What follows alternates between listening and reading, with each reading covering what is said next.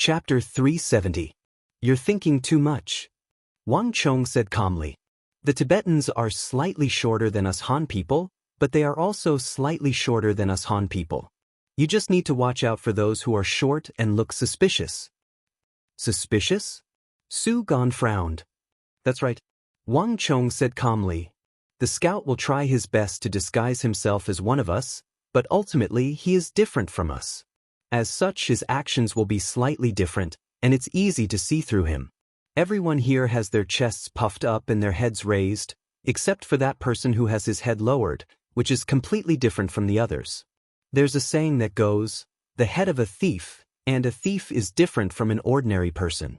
Similarly, the Uzun scouts are different from our own cavalrymen. But given his condition, it's possible that he was a short and injured cavalryman, right?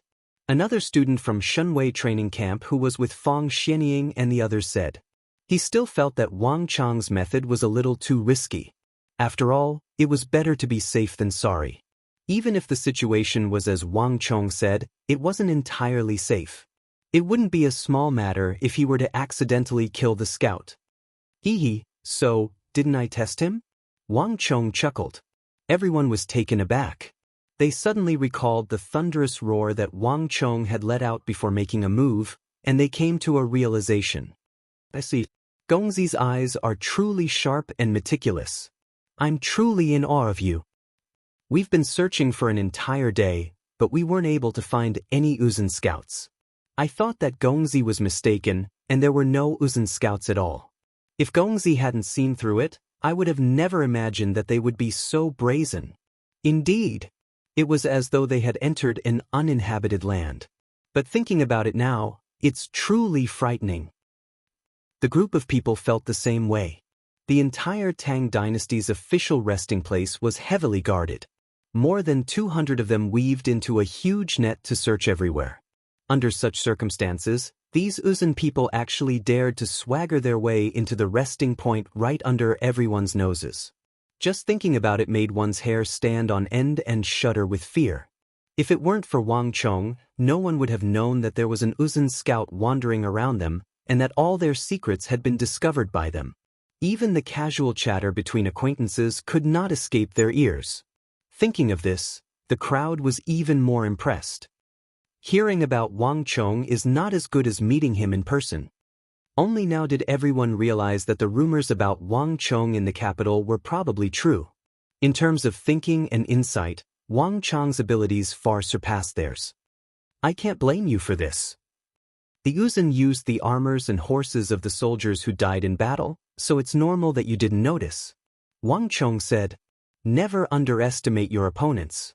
The Uzun might not be as prosperous as the Central Plains, but they were definitely the most suitable opponents and warriors. In terms of intelligence and cunning, they weren't inferior to any of their opponents. In the war between the Tang dynasty and the Uzun, there were quite a few famous generals in the Central Plains who fell to the Uzun. To Wang Chong, this was common sense not to underestimate the Uzun. But to Zhao Yadong, Su Gan, Fang Xianying and the others, this wasn't the time. Most of the scions who came under the tutelage of the Central Plains Wang Hua looked down on foreigners. This was the same attitude that Wang Chong had in his previous life as well, so there was nothing to be surprised about. With Wang Chong as an example, they knew the direction of their search, and their movements became much more effective. This time, it wasn't just Wang Chong and the others who joined in the search. The entire resting point had joined in as well. After the first, the second, the third. In just a short period of time, 4 to 5 Uzun scouts were captured. No one was able to approach the resting point anymore. All of the soldiers around the resting point were ordered to remove their helmets. Under such circumstances, the red of the highland that the Uzun soldiers were wearing was completely exposed. What's going on? They didn't appear again? At the same time, on the peak of the mountain occupied by the Uzun soldiers, a high-ranking Uzun officer with a powerful aura and a small mustache was looking down at an Uzun squad leader with a hint of anger in his eyes. Lord, they didn't. We have already sent 3 groups of men to investigate. Logically speaking, they should have returned by now. I'm afraid that they might have returned. The Uzun squad leader lowered his head. He was the scout leader of this team. All of the scouts were sent out by him, and he was also in charge of them. In the past half a month, there had never been such a problem. The bearded Uzun officer wanted to curse, but he seemed to have thought of something. He took a deep breath and forced himself to calm down. Is it possible that our disguise has been seen through by them? He stared at the 10-man squad leader and asked. Impossible. They have never been seen through after so long. The Uzun squad leader shook his head without hesitation. Not in the past doesn't mean not now. The bearded Uzun officer gritted his teeth and said gloomily. No matter what, our method has obviously failed. We can't send out any more scouts. Let's call it quits. We have already gotten the information we want. The people of the Tang dynasty are arrogant now. They think that we are all idiots. Even if they discover our operation, they will never change their plan. Let's just stick to the original plan. Tomorrow we will completely destroy them. As he spoke, a cold glint flashed in his eyes. Sir, the 10-man squad leader, who was at a disadvantage, quickly lowered his head and said no more. In a place where no one could see, the dark clouds of war were slowly brewing dong dong dong dong. Early in the morning, the sound of drums from the heaven-shaking staircase broke through the fog and filled the entire third gathering point. The sound of footsteps and hooves of the war horses were endless. Compared to 3 days ago, the atmosphere in the resting point was extremely tense. The air was filled with the smell of war. The training camp students and cavalrymen, who were usually bustling with activity and whispering to each other, were now much more depressed and silent. For the cavalrymen who had experienced the battle with the Uzun, everyone knew what today's battle meant. Hurry up! All of you hold on to your shields. That's your life. Axmig. As long as the shield bearers at the front can stop their war horses from charging, attack immediately. Kill the horses first, then the soldiers. Don't let the Uzun get past your defenses. Master archers, aim for the gaps in their armor. Heavy armor isn't omnipotent. As long as you aim accurately, they will still die. Everyone, follow my orders strictly. Anyone who dares to cause trouble will be executed. Early in the morning, the Big Dipper army commandant walked to and fro with a voice reminiscent of thunder. His gaze was sharp and his expression authoritative, reminiscent of an enraged lion. Even though the highest commander of the Big Dipper army was Geshu Han, its founder was the current war god, the current imperial tutor of the crown prince, Wang Zhongxi. In the Tang dynasty, Wang Zhongxi was the true pillar of the empire, the #1 commander of the Han. His standing and influence were above even that of the Eastern Protector General, Zhang Shogui. Wang Zhongxi was a strict commander, and everything that the Big Dipper army was built upon was left behind by Lord Wang. Geshu Han had only inherited it. Almost everyone in the Big Dipper army was of the same style. This Big Dipper army commandant was no different. There was almost no one who didn't fear military authority. Seeing this sight, Wang Chong couldn't help but feel a sense of familiarity. Even though this was the first time he was participating in a war against the Uzun since his reincarnation, Wang Chong wasn't unfamiliar with it. Some things were hidden deep within one's bloodline and soul. Every single battle was calling out to Wang Chong, awakening something in him. How is it? Are you ready? Seeing the tense atmosphere in the resting point, Wang Chong turned to Su Gan, Huang Yongtu, Fang Xianying, Bai Ling, Zhao Yadong, and the others. The few of them nodded solemnly. Su Gan, Huang Yongtu, and the others were still fine. After all, they had never participated in a war before, and they had never witnessed the might of the Uzun army.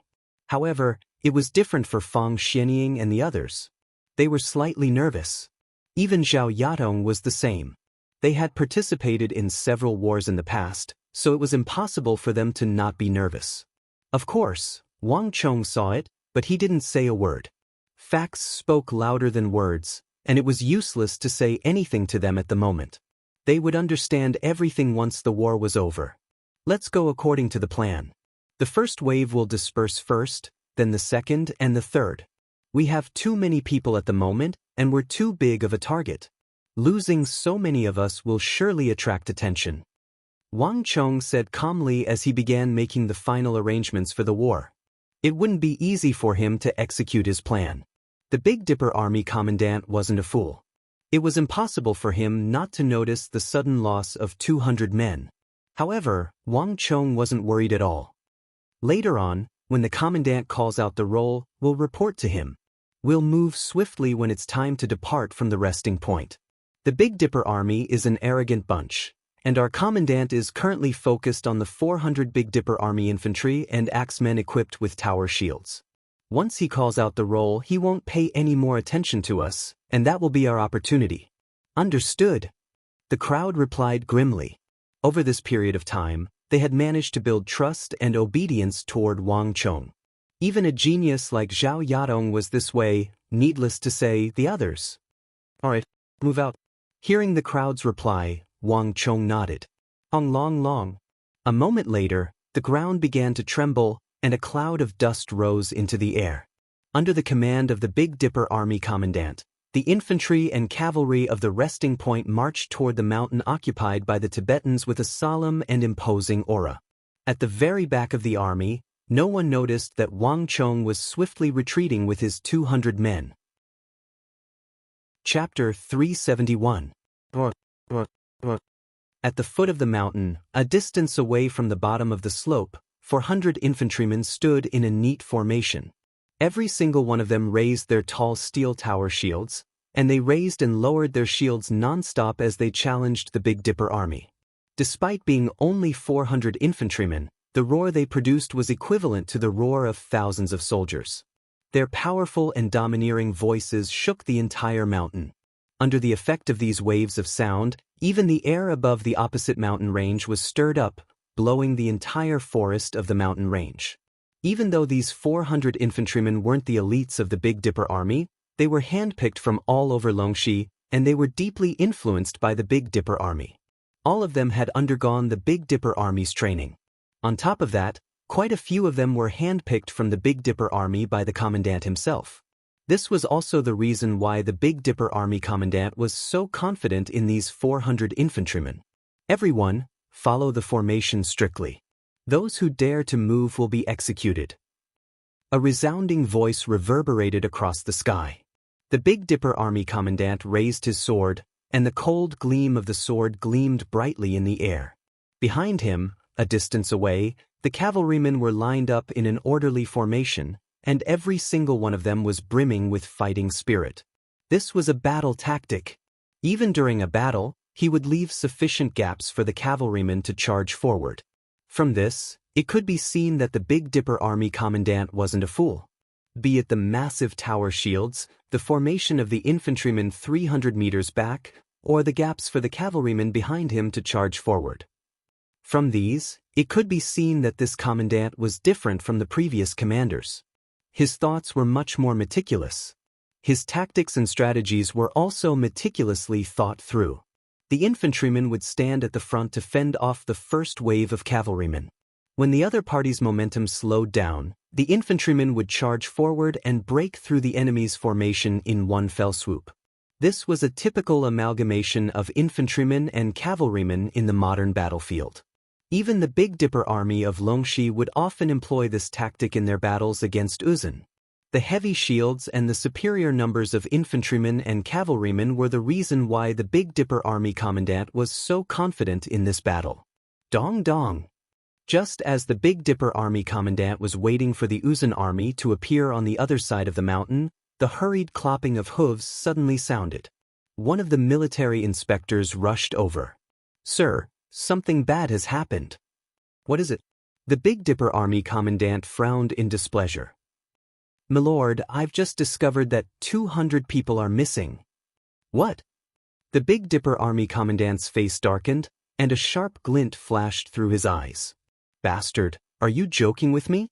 It was inconceivable that they had lost 200 men in the middle of the march. Such a large number was no small matter. Cold sweat broke out on the military inspector's forehead as he hurriedly recounted what had happened. He had only just realized that so many people were missing from the march. The strict military rules of the Big Dipper Army were no joke. "Do you know who escaped?" The Big Dipper Army commandant commanded sternly. "The name has been confirmed." The military inspector hurriedly reported the names of those who had disappeared. Almost all of them were scions of the prestigious clans in the capital. Scions of the prestigious clans were all cowards.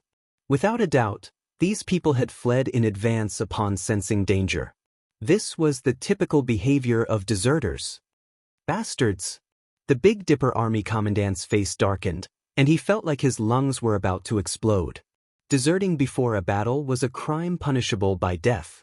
It was one thing for these scions to be in the capital, but to think that they would dare to flee under his command. This was unforgivable.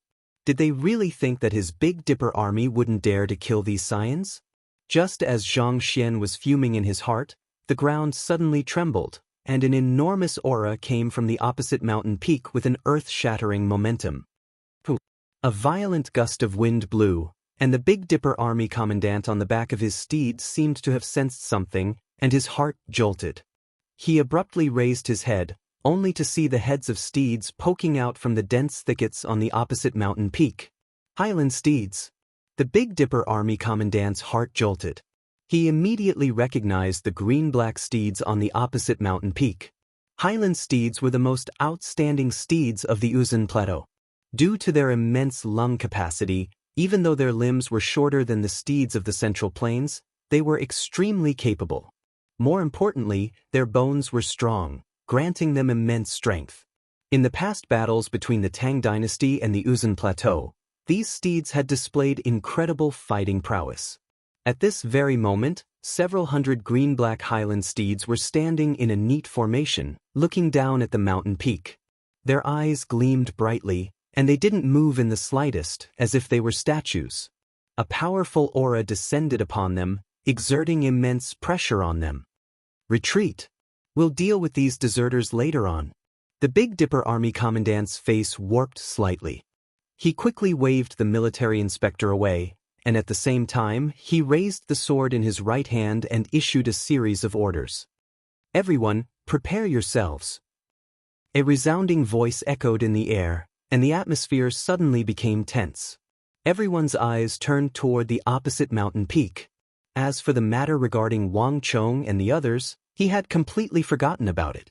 Even though 200 of his men had escaped, it was still an insignificant number to the entire army.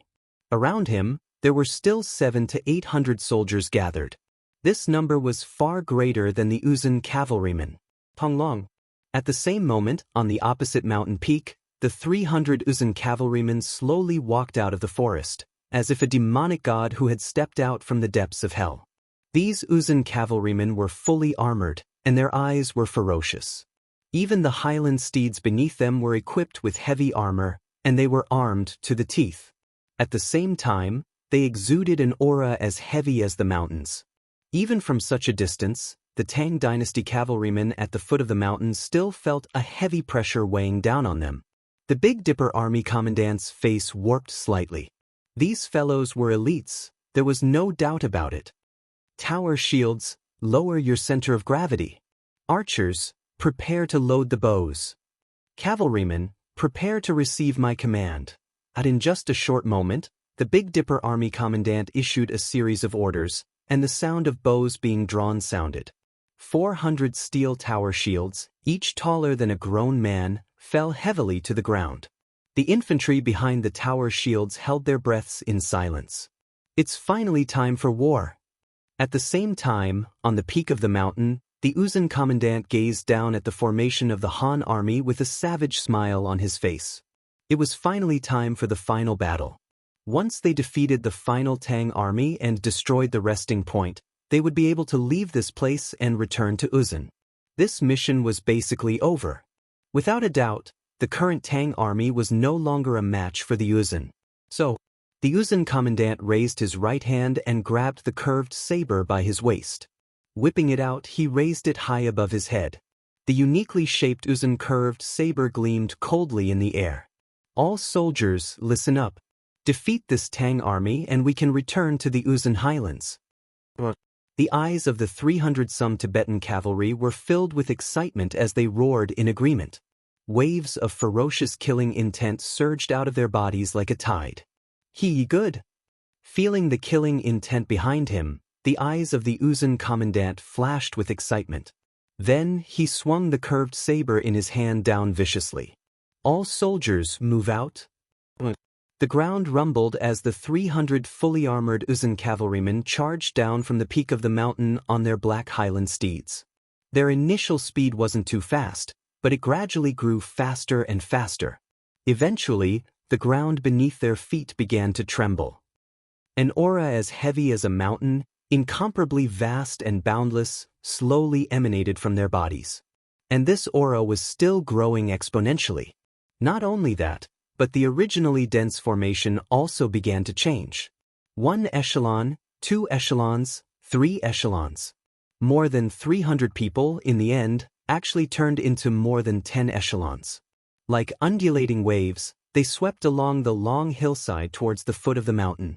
The echelon charge formation. This was the most classic, most powerful charging formation that the Uzun cavalry had discovered over the long years. With the help of the steep hillside, batches of cavalrymen formed into countless trapezoidal formations and kept crashing at the enemy's infantry defense formation like waves. No matter how powerful a fully armored infantry formation was, it might be able to stop one wave, but it might not be able to stop a second, a third, a fourth, a 10th, a 20th. When the number of charges reached a certain level, they would definitely be able to break through the enemy's front line and then tear apart the infantry formation, completely shattering the enemy. As long as the front line infantry formation collapsed, the chaos would spread to the entire army. This was a secret that the Uzun cavalry had discovered in the countless battles they had with the Central Plains. The echelon charge formation would allow sufficient time for the cavalry to charge forward and adjust their formation. This way, even if the cavalry at the front line were to fail, it wouldn't affect the subsequent charge. Compared to a densely packed cavalry formation, the echelon charge formation was much more continuous. The duration of the charge was extended significantly. Of all the cavalrymen in the world, only the Uzun cavalry was able to make full use of this and maximize the prowess of the echelon charge formation. Long. The earth quaked as the Tibetans charged faster and faster. Like a rolling snowball, they had already reached an inconceivable speed. From afar, it looked as though a streak of black lightning was advancing along the undulating slope of the mountain. His aura was as swift as a bolt of lightning, overwhelming and unstoppable. At the bottom of the mountain, a grim expression appeared on the face of the Big Dipper army commandant. Chapter 372. It has finally begun. At the same time, on another mountain not too far away, the Wang Chong and the others who had escaped were watching the battle from afar. From afar, the 300 Uzun cavalrymen were divided into more than 10 echelons. Dust billowed as they charged down from the top of the mountain like a bolt of lightning. The momentum they exuded was astonishing. Zhao Yadong, Fang Xianying, and the others were still fine with it. After all, they had experienced it before. However, shock could be seen in the eyes of Bai Xiling, Su Gan, and Huang Yongtu. The momentum of the charge of the 300 cavalrymen was reminiscent of an unstoppable army. In comparison, the Iron Cloak highwaymen that the three of them had experienced was nothing. Too powerful. Huang Yongtu muttered to himself, completely shocked by this scene. This was the first time he had witnessed a battle with a foreign force. Even though it was only 300 cavalrymen, the impact it had on Huang Yongtu was devastating. It had completely changed his perception of battle. Su Gan was slightly better off, but his complexion wasn't too good either. Only Wang Chong's expression remained the same. He wasn't as shocked as Bai Xiling and the others, nor was he as worried as Zhao Yadong and the others. In Wang Chong's memory, war was nothing out of the ordinary. To him, the charge of the 300 Uzun cavalrymen was nothing more than child's play. In fact, Wang Chong knew that this was just a foreplay. The Uzun cavalrymen had yet to display the true might of their charge. As expected, when the 300 Uzun cavalrymen reached the midpoint of the mountain, something suddenly lit up, followed by a second, a third, a fourth. Eventually, the entire mountain was lit up. What is that? Huang Yongtu's eyelids twitched. Halo of the White Yak. The war halo of the Uzun Iron Men. Wang Chong replied calmly. The Uzun worshipped a type of white yak, viewing it as a sacred beast. And the halo of the white yak was one of the most famous war halos of the Uzun. Its white horns were ferocious and tempered, and when it charged, it was unbelievably sharp. Buzz! Sure enough, as soon as Wang Chong's voice trailed off, the shadows of huge white yaks suddenly appeared in the void. Each yak had a pair of sharp horns and aimed at the Tang dynasty's formation at the foot of the mountain. Moo! Along with the earth-shattering moo, the billowing smoke suddenly expanded by more than 10 times, and under the feet of the more than 300 Uzun cavalrymen, milky white rings of light were connected to each other, and the rings of light squeezed against each other, vibrating with each other, finally forming a huge white steel formation. Rumble! In the blink of an eye, the auras of the 300 or so Uzun cavalrymen suddenly skyrocketed, reaching a terrifying level. At this moment, everyone on the mountain paled. The onlooker sees clearly, while the player is confused. This was the first time that Zhao Yadong and the rest were able to observe the charge of the 300-odd Uzun cavalrymen from afar. This was completely different from the few times that they had faced them head-on. The visual impact was unparalleled. It's not over yet. Upon seeing this sight, Wang Chong sighed deeply. The one thing that the Big Dipper army commandant shouldn't have done was to fight the Uzun soldiers at the foot of the mountain. Even though he had already dragged the formation back by 300 meters, it was still far from enough. Under the relentless charge of the Uzun soldiers, Wang Chong could already foresee the destruction of the Tang dynasty's formation. Get ready, let's move out. While everyone was still reeling in shock from the charge of the Uzun cavalry, Wang Chong raised his right arm calmly and issued the order to move out. The aura of the Uzun soldiers had already risen. The rumbling of the hooves of the horses shook the heavens, and the reverberation of the white yak war halos could be heard from dozens of li away.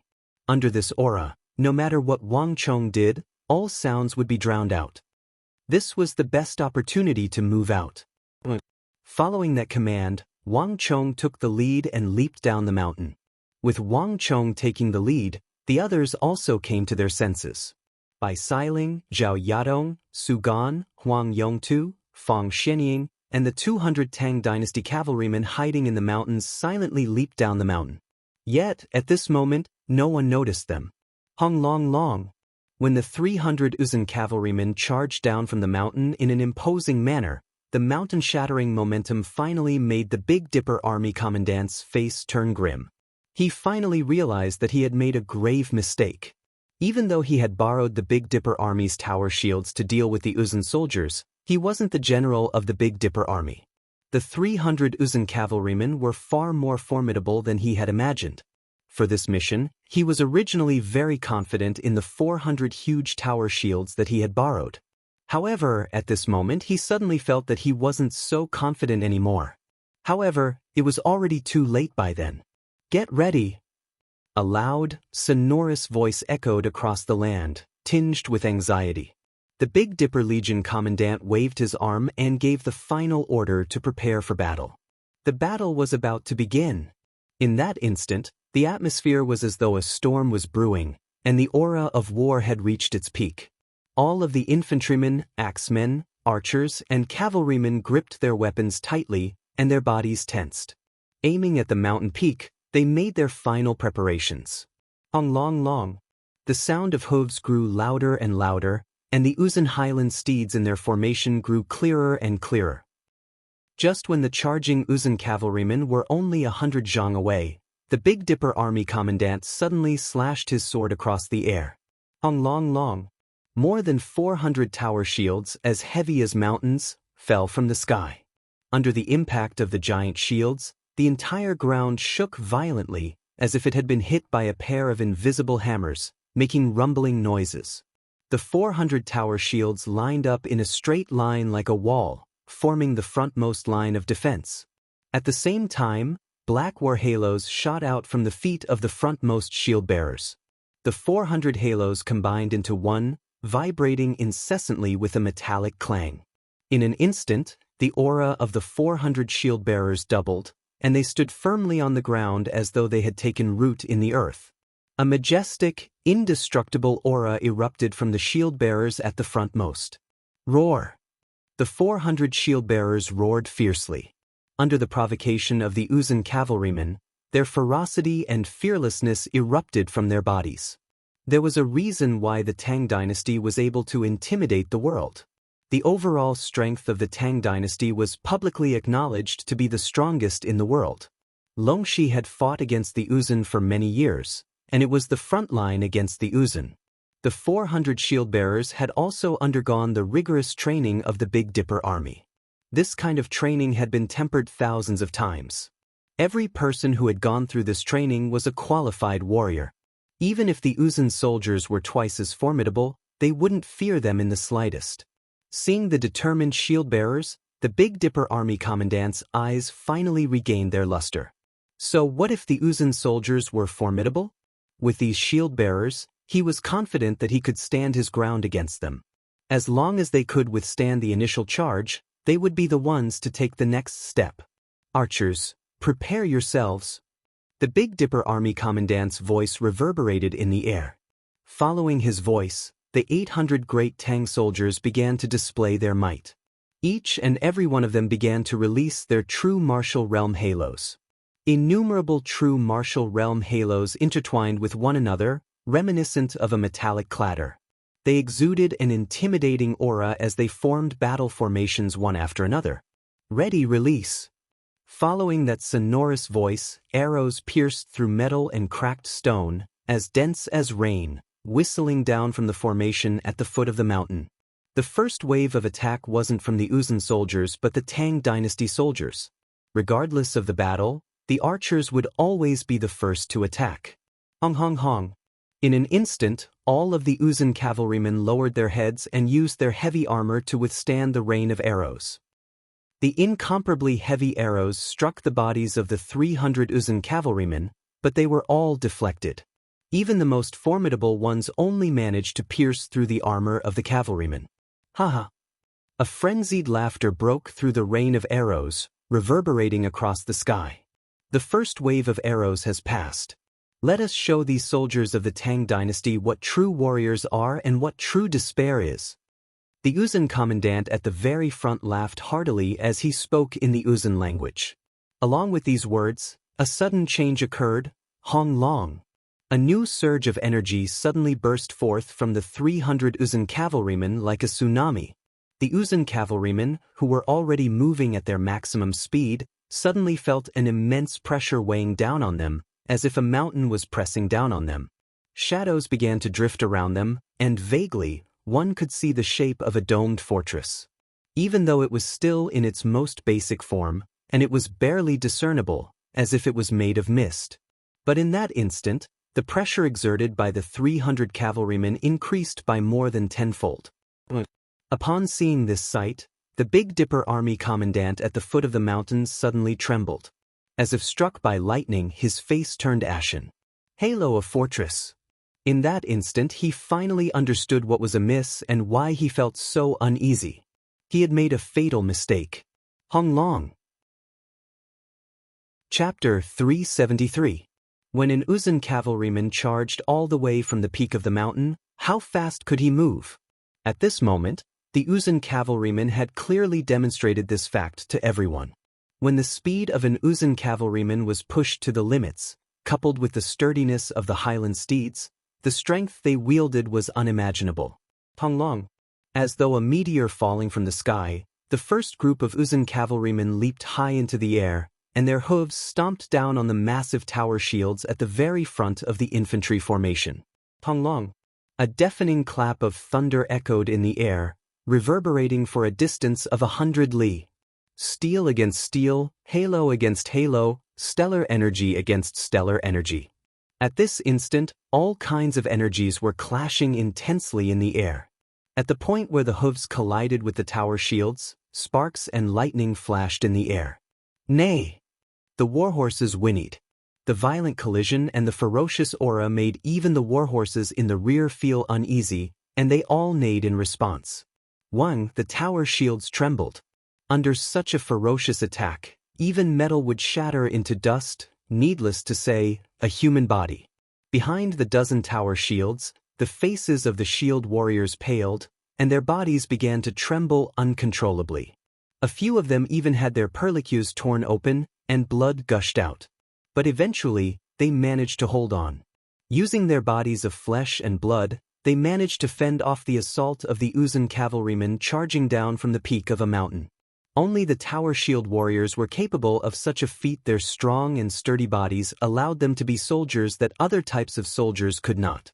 But even so, the Big Dipper army commander couldn't bring himself to cheer up. Soon, the second, third, fourth, and fifth wave of the Uzun cavalrymen arrived one after another. Hong hong hong. One after another, the Uzun cavalrymen charged forward, and with lightning speed, they crashed into the tower shield warriors. The earth-shattering collision sounds rang out one after another, without the slightest interval. The tower shield warriors had just withstood the first wave of impact, but they were immediately met with the second, third, fourth, and fifth wave of impact. Their knees were bent, and their perlicues were torn. Their tower shields were trembling violently, and the blood vessels in their bodies were ruptured. The halos beneath their feet were shaking, the pressure increased again and again, and his injuries continued to accumulate. The burden on his body reached an astonishing height in a short period of time. How many times could a qualified tower shield warrior withstand the impact of a peak cavalry? 7 times. On average, a tower shield warrior could withstand the full force of the Uzun cavalry's charge from the top of the mountain 7 times. Such a physique had almost reached the pinnacle of any soldier. But this kind of strength was far from enough. Because Uzun's echelon formation didn't have 1, 2, or 3 waves. Instead, it had reached an astonishing number of over 10 waves. No matter how powerful a tower shield warrior was, he would not be able to withstand such a tide-like continuous all-out attack. Rumble. It felt like only a moment, but also like countless long centuries. When the 8th wave of Uzun cavalry charged down from the top of the mountain, a rumble was heard. The towering and seemingly indestructible tower shield formation was finally torn apart. Rumble. When the Uzun cavalry surged through the gap like a river, everyone's face turned pale. The formation formed by 400 tower shield warriors was the greatest protection in front of everyone. Only by limiting the speed of the Uzun cavalry could they unleash their full strength. When an Uzun cavalry charged down from the top of the mountain, how much force did it have? For everyone else, it was hard to imagine. At least, no one could stop them behind the tower shield warriors. Countless examples of battles in the past had illustrated this point. When the infantry's defensive line was torn apart, it meant a lot to the people behind them. For the other troops that lacked protection, it was a disaster. Everyone calmed down. Steel cavalry, prepare for a charge. Amidst the chaos, the Big Dipper army commandant's anxious voice echoed in the air. However, it was already too late. An immobile cavalry that could only charge a short distance was no match for the Uzun cavalry behind them. That wasn't how they were supposed to be used. The moment the 400 tower shields were torn apart, everyone's fate was sealed. The only thing that awaited them was defeat. The 300 Uzun cavalrymen, who were protected by the halo of White Yak and the halo of Fortress, were nothing short of destruction to the Big Dipper army. Kill all of these bastards. This time, we will uproot them from the roots. At the very front of the formation, the Uzun army commandant laughed heartily as he charged forward with a group of cavalrymen. He could already see the annihilation of the 5th batch of Great Tang soldiers. This time, no one would be able to escape, and there wouldn't be a 6th or 7th batch of cavalrymen. He would kill all of them, destroy the resting point, and return to the Uzun plateau to await further orders. Just as the 800 Tang dynasty cavalrymen were about to be annihilated, at this crucial moment, the neighing of a neigh steed disrupted the chaos and broke the balance of the battle. To the right of the Uzun army, a group of 200 Tang dynasty cavalrymen suddenly charged out at an incredible speed. Surprisingly, the momentum they exuded was on par with the Uzun cavalry. Why would there be a Tang dynasty army here? Upon seeing the sudden appearance of the cavalry, the Uzun army commandant's face warped in shock. This wasn't a force he had expected. In the previous battles, he had wiped out several batches of Great Tang soldiers, but he had never seen such a force before. What was even more unbelievable was that he was completely oblivious to the fact that this army was already so close to him. Under normal circumstances, this should have been impossible. Bastards! How cunning the Tang people are! Clenching his fists tightly, the Uzun army commandant quickly realized what was going on. Without a doubt, these fellows had mixed the sound of the horses' hooves with their own formation. When 300 soldiers charged down from the peak of the mountain, their momentum was earth-shattering, and there was no room for other noises. Perhaps he had heard their hooves a long time ago, but at that time he had treated them as his own people. This enemy was extremely cunning. What made him wary was that the enemy was charging from a very far place. Although they didn't have the momentum of the mountain, they could avoid his eyes. More importantly, they could maximize the power of the cavalry's charge. When their speed reached its peak, this army of 200 soldiers was enough to pose a fatal threat to him. They were even more threatening than the 800 soldiers in front of him. Retreat! Shift direction! Luo sang, lead the army to attack that army. We must stop them. The Uzun army commandant's voice resounded through the entire army. As a commander, he instinctively sensed the danger of this army. Flank. The other party had chosen to target their weakest spot. Not bad. But it's too late. Seeing the Uzun soldiers making adjustments to their formation, Wang Chang's lips curled into a sneer of disdain.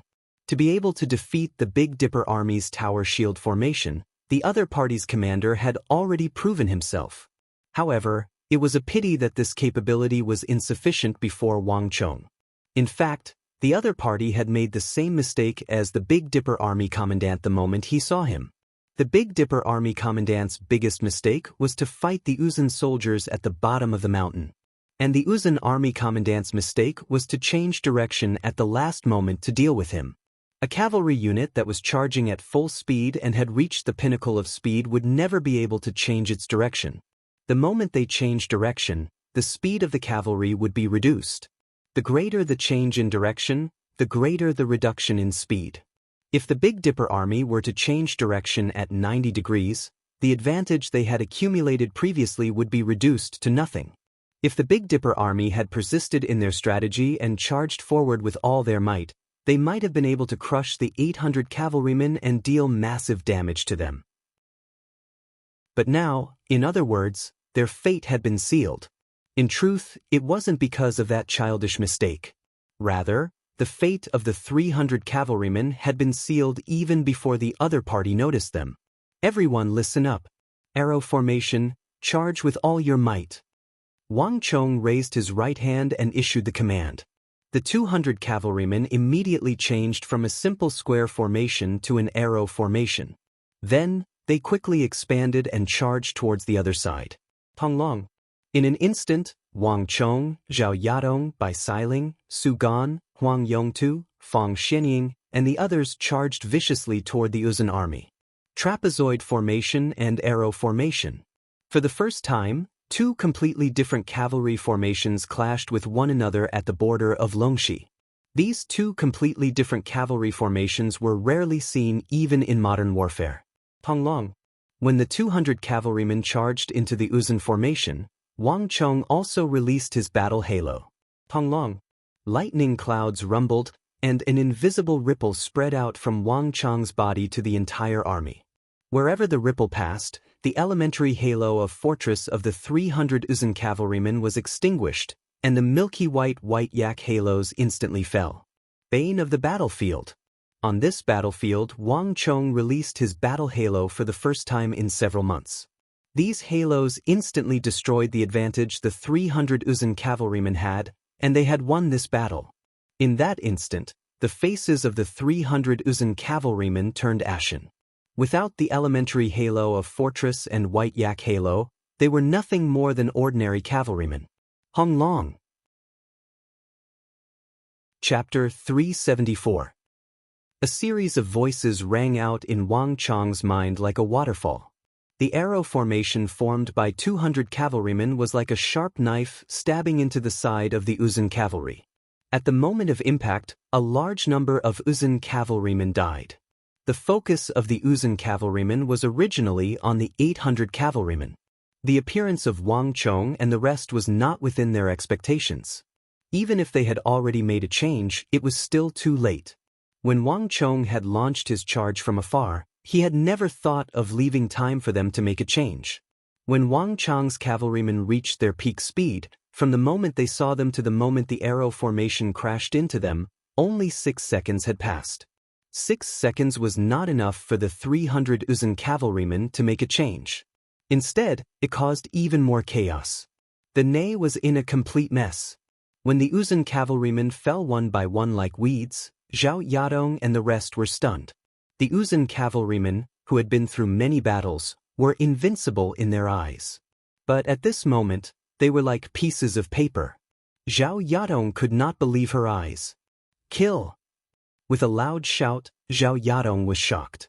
The silver-white spear in her hands quickly joined together and became a long spear. A stream of fire spurted out. The Zhao clan spear technique, Crimson Flame Spear, appeared once again.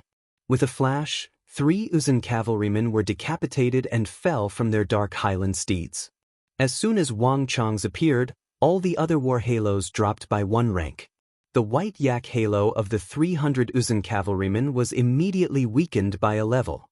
Without the support of the white yak's halo, the basic halo of fortress that the 300 players had condensed immediately fell and could no longer be maintained. To be more precise, even the Uzun's aura of fortress was weakened by Wang Chong's bane of the battlefield. The war halo bestowed by the Stone of Destiny truly revealed its dominance on this battlefield. It was not born to compete in martial arts. Its existence was to completely overturn a war. This was also the reason why Wang Chong did not hesitate to join the battle when he heard that there was another battle in the 3rd stage. This was the source of his confidence. The 300 Uzun cavalrymen were nothing more than chickens and dogs before the grade 1 bane of the battlefield. Bastard! What in the world is going on? Where's the halo? Where's the halo?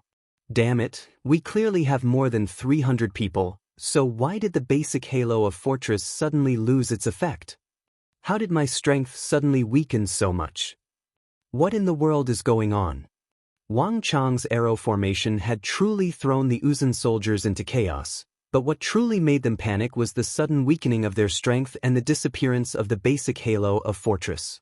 The former was their weapon of slaughter, while the latter was their barrier of self-defense. In so many battles, they had won against many, and they had killed countless Tang soldiers, all because of these 2 weapons. To have their strength inexplicably restricted and weakened was enough to make the Uzun panic. It was as if they had been cursed. But before they could think about the reason, the other thing that the Uzun were most worried about happened. A heaven-shaking roar came from the base of the mountain. The sudden appearance of Wang Chong's 200 cavalry was like a divine army descending from the heavens, a massive surprise for the 800 Tang soldiers who were already certain of defeat. And even more surprising was that the seemingly unstoppable Uzun soldiers were actually unable to stop these 200 cavalry. Kyle. In an instant, everyone's morale soared. Taking advantage of the moment when the Uzun flanks were broken, the 800 Tang soldiers swiftly advanced from below. Infantry, axemen, archers, cavalry, all soldiers, move out. The Big Dipper commandant in the formation also had a look of shock on his face, almost not daring to believe his eyes. The 200 cavalrymen who had disappeared and were regarded as defectors by him had actually appeared at this moment. This was something that he had never expected. However, his reaction was not slow at all. Why did the 200 cavalry disobey his orders, suddenly disappear, and why did they suddenly appear? These were all matters to be dealt with in the future. The urgent task at hand was to turn defeat into victory. He had to swiftly defeat the 300 Tibetan cavalrymen who had escaped to Longxi and might even make their way to the capital at any moment. Tonglong. The tower shields trembled. For the first time, the nearly 400 tower shield warriors raised their shields high and took the initiative. Boom. The heavy tower shields pushed forward and smashed heavily onto the bodies of the Uzun Highland steeds. The warhorses whined in pain. Even though these Highland steeds had strong bones and muscles and possessed extraordinary strength, in the face of the shield attacks of the tower shield warriors, They all whinnied as their tendons broke and their bones fractured. Some of them even fell to the ground. To be able to withstand the charge of so many steeds, the strength of these tower shield warriors was unimaginable. Tower shields weren't just a powerful weapon for defense, they were also a powerful weapon for offense. Amidst the long neigh of the neigh, the precious Uzun Highland steeds fell to the ground one after another. At the same time, the several hundred cavalrymen behind the formation also charged forward. In just an instant, the Uzun cavalrymen were pincered from both the front and the side. The formation fell into chaos, and the echelon formation could no longer be maintained. The countless battles between the Tang dynasty and the Uzun had shown the fate of the Uzun cavalrymen who lost their echelon formation. Long. In an instant, the 300 powerful Uzun cavalrymen had fallen into an absolute predicament. War steeds collided with war steeds, swords clashed with sabers, halos clashed with halos, and stellar energy clashed with stellar energy. Battle cries, screams of agony, the neighing of horses, the clanging of metal, the entire battlefield was in chaos. Congratulations to user for killing 23 Uzun cavalrymen. Congratulations to user for killing 24 Uzun cavalrymen. Congratulations to user for killing 25 Uzun cavalrymen. Congratulations to user for killing 37 Uzun cavalrymen. Congratulations to user for killing 38 Uzun cavalrymen. Congratulations to user for killing 39 Uzun cavalrymen. Congratulations to user for killing 40 Uzun cavalrymen. Amidst the neighing of horses, a voice sounded in Wang Chong's mind. Hong Long, a raging wind blew, and the energy of the world surged into Wang Chong's body. Ever since the encirclement of the Goguryeo assassins, Wang Chong's bane of the battlefield halo had finally expanded once more. With Wang Chong at the center, invisible ripples spread out in all directions. In Wang Chong's eyes, he could even see the beautiful and majestic ripples that resembled the white waves of the ocean. This is incredible. Wang Chong closed his eyes, savoring the wonderful growth in his strength. It felt as though all 80,000 pores on his body had opened up. The fate of the 300 Uzun cavalrymen had been decided. There was no need for him to worry about this war anymore. As a commander, he had never had to enter the battlefield personally. The moment his strategy was completed, it would mean that he had already won the war. Strategizing to determine victory from 1,000 li away.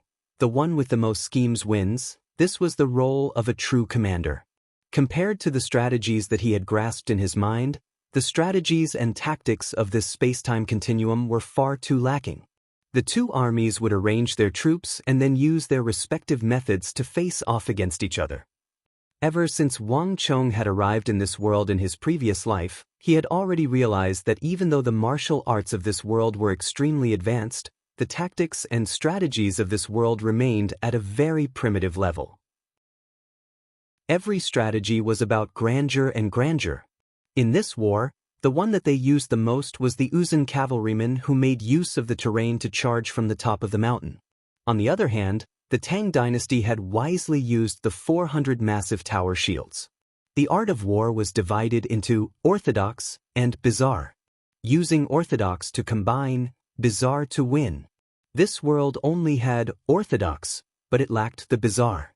This was the reason why Wang Chong was able to stand proudly in the world in his previous life, surpassing the vast majority of generals, conferred generals, great generals, protector generals, and protector generals.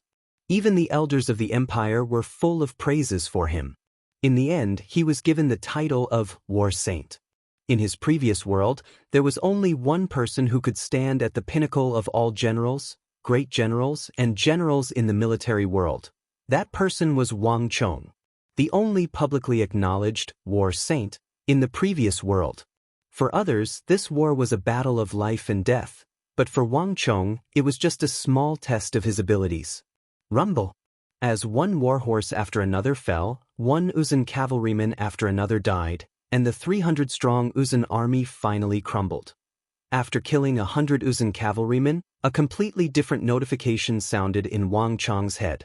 Taking into account the number of Goguryeo soldiers he killed previously, Wang Chong had killed 1830 foreign soldiers.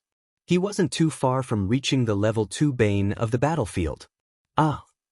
With a deafening roar, the most important commander of the Uzun army was killed by the Big Dipper army commandant, and the remaining Uzun soldiers finally fled in fear.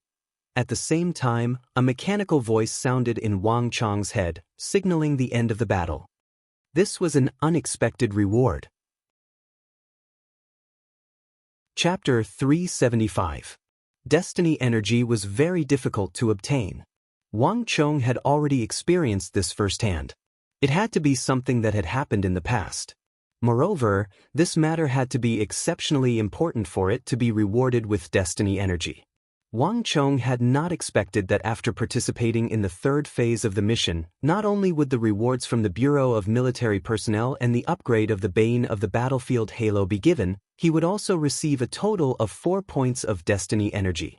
In total, he now had a total of 79 points of destiny energy. Replacing Li Xiang's blood had cost him 30 points of destiny energy, but he had received 45 points of destiny energy as a reward. After exchanging for so many things, it was already quite astonishing that he could still throw away 79 points of destiny energy.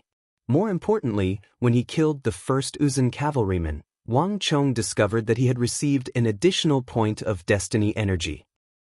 In other words, when I kill Mengshi Zhao, the Eastern and Western Turks, the kingdoms of the Western regions, the Abbasid Caliphate, Karak Spazinu, and so on, I'll receive additional rewards. Wang Chong's eyes shone. Suddenly, Wang Chong seemed to have discovered a way to obtain additional destiny energy. The battle quickly ended, and the next step was to clean up the battlefield. At the base of the mountain, there were corpses everywhere. Not a single one of the 300-some Uzun cavalrymen had managed to escape. In the territory of Longxi, the highland steeds of Yusang, who were wearing heavy armor and didn't have the terrain advantage of a high mountain, were unable to outrun them. Every single one of them was caught and killed. Unfortunately, Wang Chong's Bane of the Battlefield Halo did not increase the number of people killed by 300, but by 2. A portion of it came from the 800 kills. Wang Chong was not the overall commander, so he could only obtain a portion of the reward. There was nothing he could do about it. In the end, the number of foreign soldier kills stopped at 1861. There were still more than 100 more to go before he could upgrade his level 2 Halo to 2000. What a pity! It looks like I'll have to wait until next time. Wang Chong couldn't help but feel a sense of regret. Once the Bane of the Battlefield reached level 2, it would be able to reduce the halos of true martial tier 2 martial artists to their original form. But before that, Wang Chong could only use a level 1 halo to weaken it. The war ended, and the atmosphere on the battlefield changed subtly. Everyone looked at Wang Chong and his group of deserters with respect in their eyes, especially those who had participated in many battles in the training camp. They were filled with admiration for them.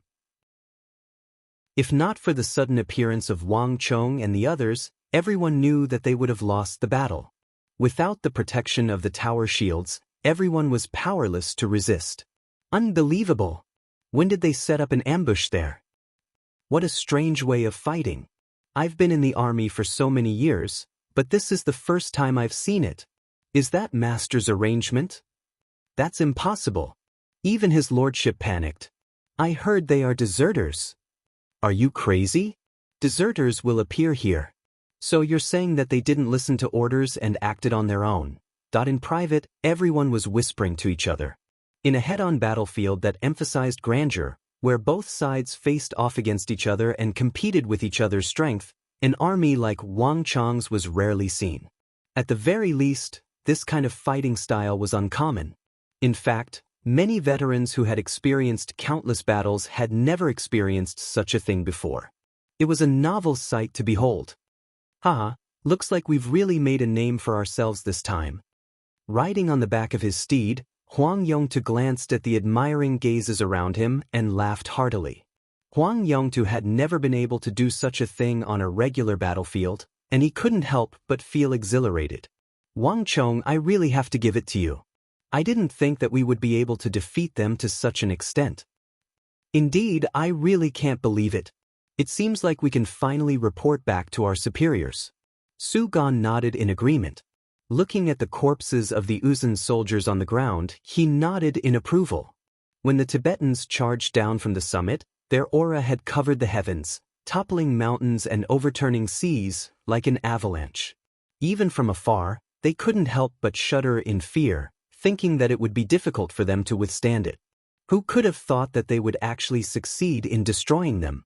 And all of this was thanks to Wang Chong's mastermind. At this point, Su-gan couldn't help but look at Wang Chong in admiration. As the saying went, no discord, no concord. Even though it was a little awkward at the start, at this moment, Su-gan was truly impressed by Wang Chong. On the other side, Bai Xiling and Zhao Yadong were looking at Wang Chong while whispering to one another. It was hard to tell what they were talking about, but the both of them suddenly burst into laughter. That beautiful face of hers left the crowd dumbfounded. Dee-da-da. Just as the crowd was chatting, the sound of galloping horses suddenly sounded. Gongzi, the commandant invites you over. The messenger pulled on the reins of his steed and stopped before Wang Chong expressionlessly. For a moment, all was silent, the boisterous crowd falling silent as they turned to Wang Chong. For this operation, Wang Chong had acted arbitrarily, disobeying orders and taking away 200 men without permission. According to military law, this was a crime punishable by death. Gongzi will be fine, right? A student from Shunwei training camp asked. He was a scion of a prestigious clan in Shunwei training camp, or else he wouldn't have participated in such a mission. However, before Wang Chong, he subconsciously used honorifics and a respectful expression, subconsciously treating Wang Chong as the leader of his group. You must be joking. If not for us, we would have long been wiped out. Do you think that the commandant will blame us for this? Zhao Yadong's cold expression reverted to her usual displeasure. Even though she didn't have much of a relationship with Wang Chong from the start, it was impossible for her to say that she had a good impression of him. But over the past 3 days and the arduous battle, Zhao Yadong had subconsciously acknowledged Wang Chong's strength. In Zhao Yadong's heart, this son of Duke Jiao, who was much younger than her, was definitely a talented person. Even the arrogant Zhao Yadong felt that she was different. Such a person had made a great contribution, so he definitely shouldn't be blamed. Yadong, don't say so much. This is the military. Maybe the commandant is going to praise him. After all, we won the battle. Bai Xiling was the one who comforted her. Compared to Zhao Yadong's agitation, Bai Xiling was much more rational. That's right. We've done such a great service. Why would the commandant blame us? That's right. The commandant probably won't. The others chimed in. If not for Wang Chong leading the group to lie in ambush nearby and suddenly appear at the critical moment to turn the tide, the battle would have been a complete mess. No one believed that the commandant would punish them under such circumstances. Wang Chong didn't say a word, but he shook his head inwardly.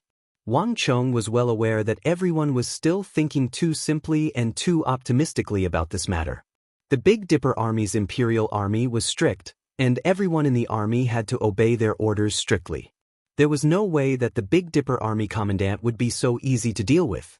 If he was really as the crowd thought, the one standing before him at this moment should have been him and not the messenger. Hee, don't worry. I'll handle it myself. Yadong, Xiling, you two take charge of this area. I'll go and meet the commandant. As Wang Chong spoke, he turned his head to the messenger. Lord, I'll have to trouble you to lead the way.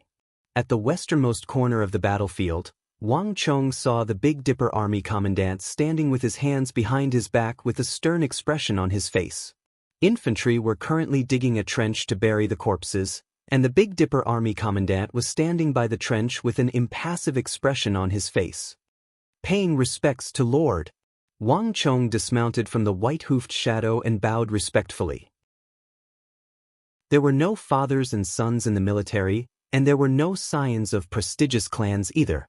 Many scions of prestigious clans would end up violating the rules of the army due to their arrogance, resulting in war. Wang Chong was familiar with such matters. Now that it was his turn, Wang Chong wouldn't make such a mistake. Upon seeing Wang Chong, the Big Dipper Army commandant's expression softened. You've worked hard. You have contributed greatly to this battle. How are the casualties? It's fortunate that there aren't too many casualties. Wang Chong lowered his head and reported the casualties. Due to the speed of a cavalry charge, there were very few casualties. Most of the time, by the time the enemy soldiers raised their swords, they would already be facing the 7th. On top of that, Wang Chong's bane of the battlefield greatly weakened the Uzun soldiers, thus reducing the number of casualties on Wang Chong's side. Not bad. The Big Dipper Army Commandant nodded, and the smile on his face grew even more amiable. I've already informed the military registrar to record all of your contributions. In the future, this will be reported to the Bureau of Military Personnel, and all of you will be rewarded. You have all done well in this regard. Lord, you're being too polite. This is what I should do. Wang Chong replied humbly. Not bad. Don't get complacent in victory, and don't give up in defeat. This is the attitude that the military needs. Seeing Wang Chong's attitude, the Big Dipper Army Commandant nodded in approval. But in the next instant, the gentle aura abruptly changed. The Big Dipper Army Commandant's face turned frosty, and he stared down at Wang Chong with a sharp gaze. But you deserted at the last moment, mobilized your troops, and disobeyed my orders. What's wrong with that? Do you know that according to military law, this is a crime punishable by execution? At the end of his words, his voice rose several octaves, becoming incomparably resounding. The atmosphere between the two of them changed from the initial cotton-like warmth to one where swords were drawn and bows were drawn. It was incomparably solemn. Hearing this cold and stern voice, even the soldiers who were burying the corpses in the trenches shuddered, their eyes revealing a look of fear. The commanders of the Big Dipper Army, from top to bottom, were deeply influenced by the empire's war god, Wang Zhongxi, and the Big Dipper Army's commander, Geshu Han. Every single one of them was a man of his word. Chapter 376. Wang Chong didn't say anything. At that moment, the atmosphere dropped to a freezing point. Wang Chong could feel the bone-chilling gaze on him from above, and he was very sure that he wasn't just saying it. He really dared to do it. As expected, they still came. Wang Chong let out a long sigh in his heart. For others, this scene might be unexpected, but for Wang Chong, it was not unexpected at all. Everything has its priorities. If I had told you in advance, would you have let us go? Wang Chong had been talking with his head lowered, but he suddenly raised his head. Impudent. There are laws in the army. If everyone did this, how would that be? If soldiers have no discipline, how are they any different from mountain bandits and horse bandits? These words were spoken so boldly that Wang Chong had nothing to say. So the commandant wants to punish us? After all this? Wang Chong suddenly laughed. Humph. Do you think I don't dare to be arrogant? Fury flashed across the eyes of the Big Dipper Army Commandant. Meritorious service will be rewarded, and mistakes will be punished. I will note down your contributions and record them in the book, but you must also be punished for acting without authorization, escaping without permission, and disobeying orders. Nothing can be accomplished without rules. Guards, take him down. As the Big Dipper Army Commandant spoke, he pointed at Wang Chong said, Buzz. As soon as he finished speaking, a few people instantly rushed out of the trench.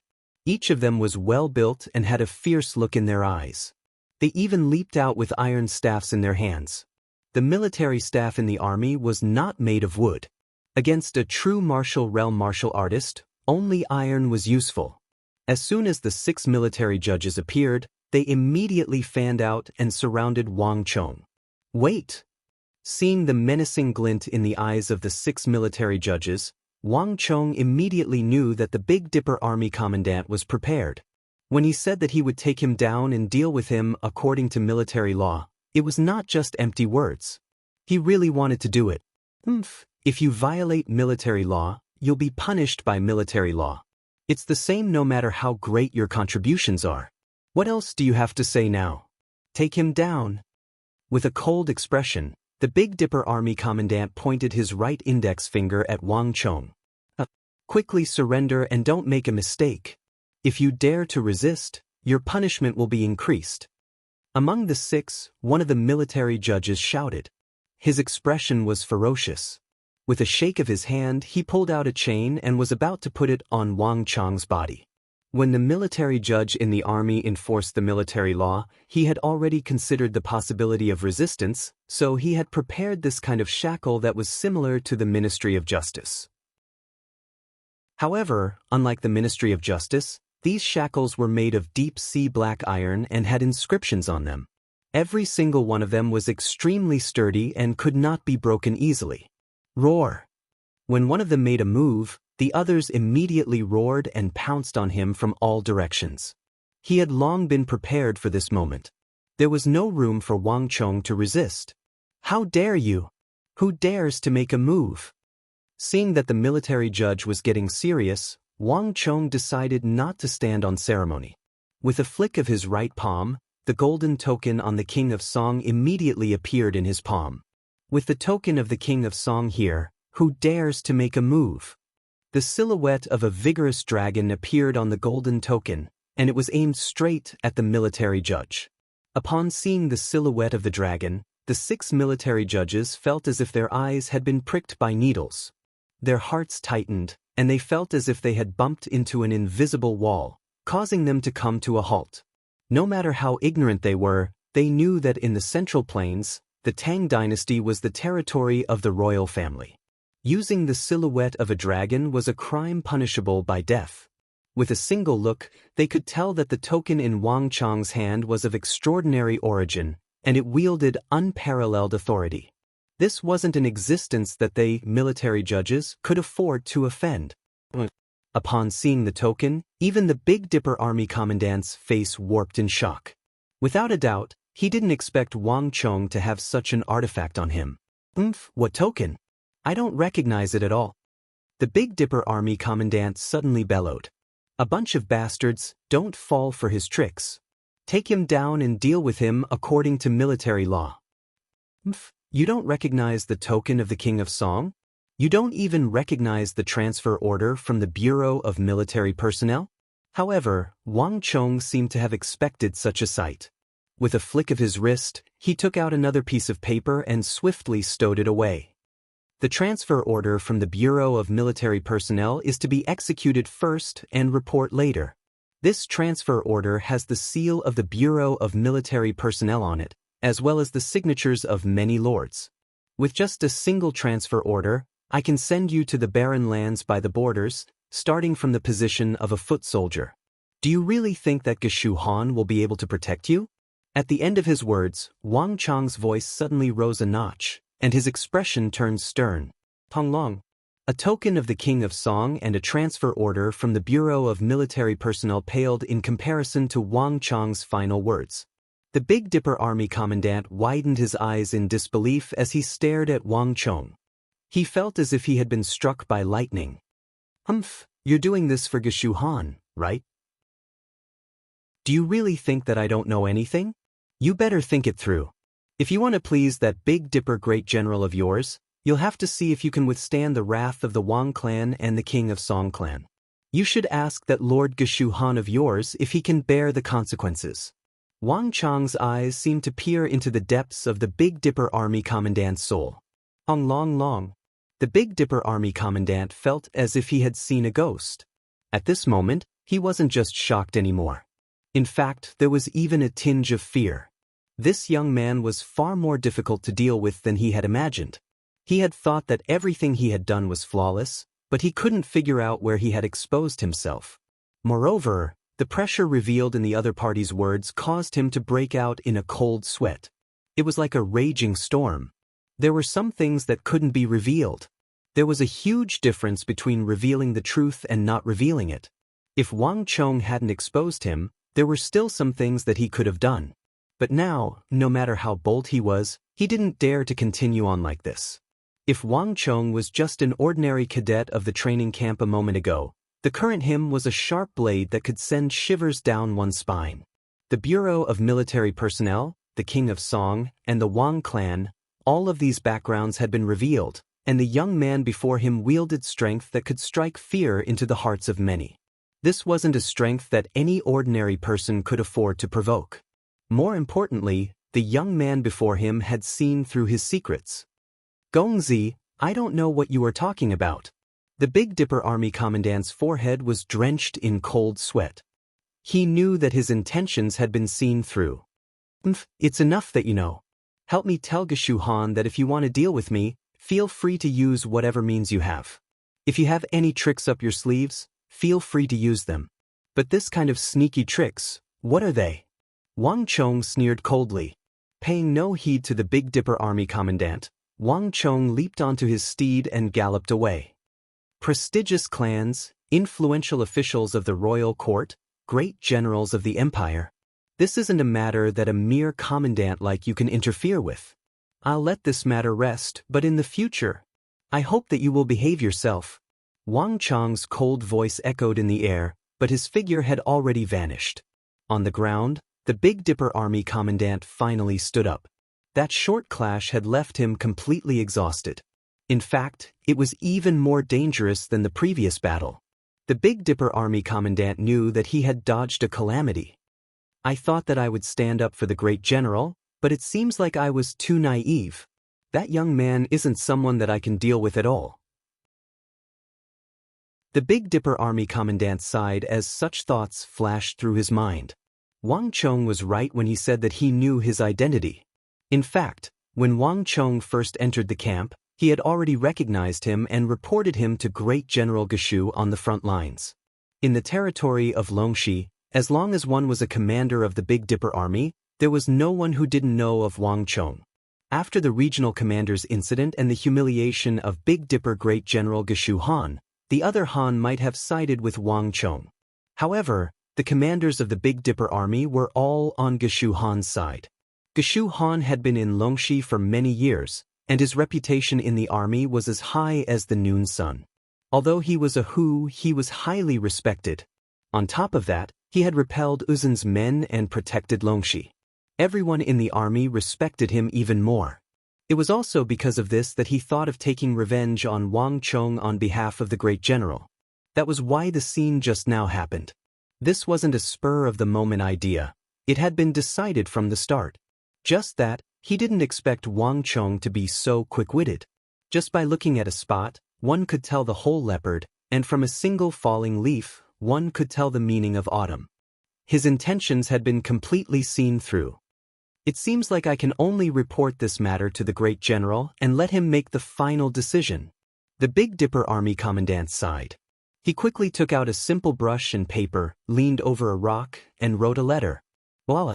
With the flapping of wings, a white carrier pigeon soared into the sky, bringing the letter back to the front lines of Longxi. I'm afraid that I have to leave now.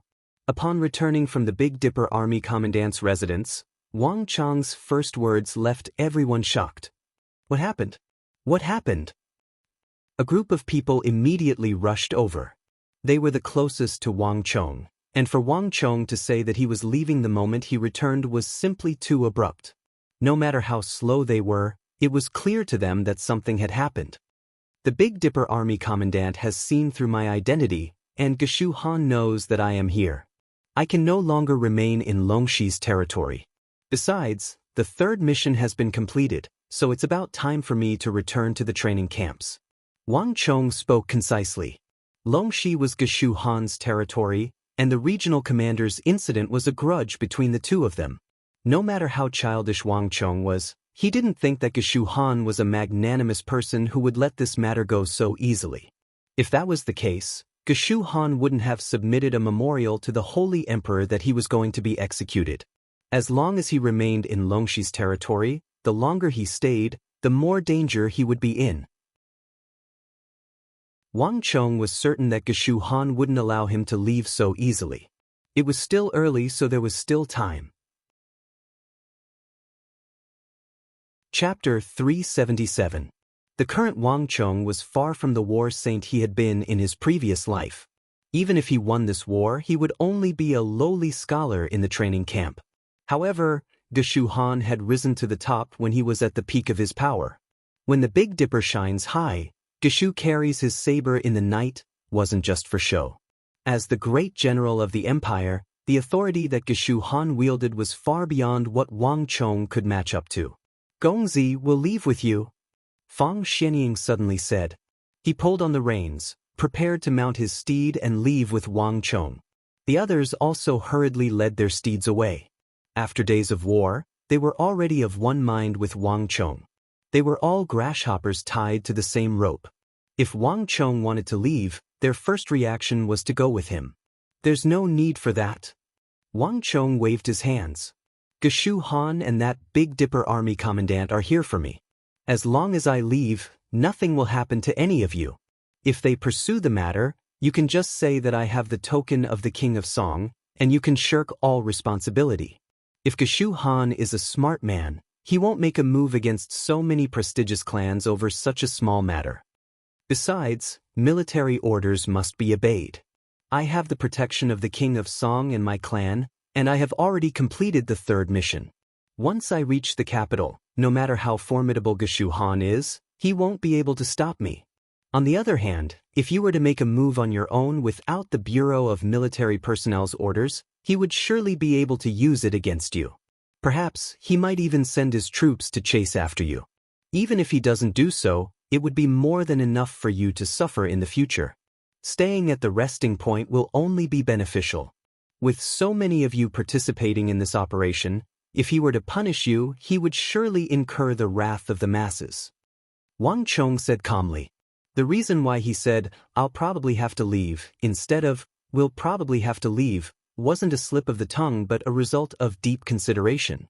If he were to remain here, he would only implicate the others. If they left this place, everyone would be safe. Wang Chong is right.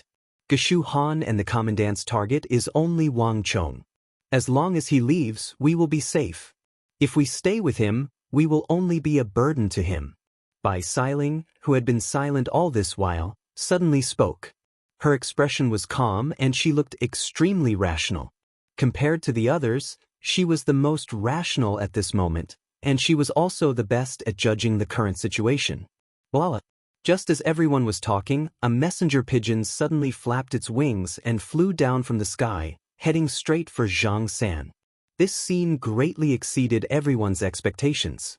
Wang Chong's expression froze when he saw the messenger pigeon, and his eyebrows twitched slightly. Milord, the Ministry of War has sent a message. After the third phase of the mission is completed, everyone is requested to return to the capital to report. Soon, Zhang San rushed over with the letter in his hand.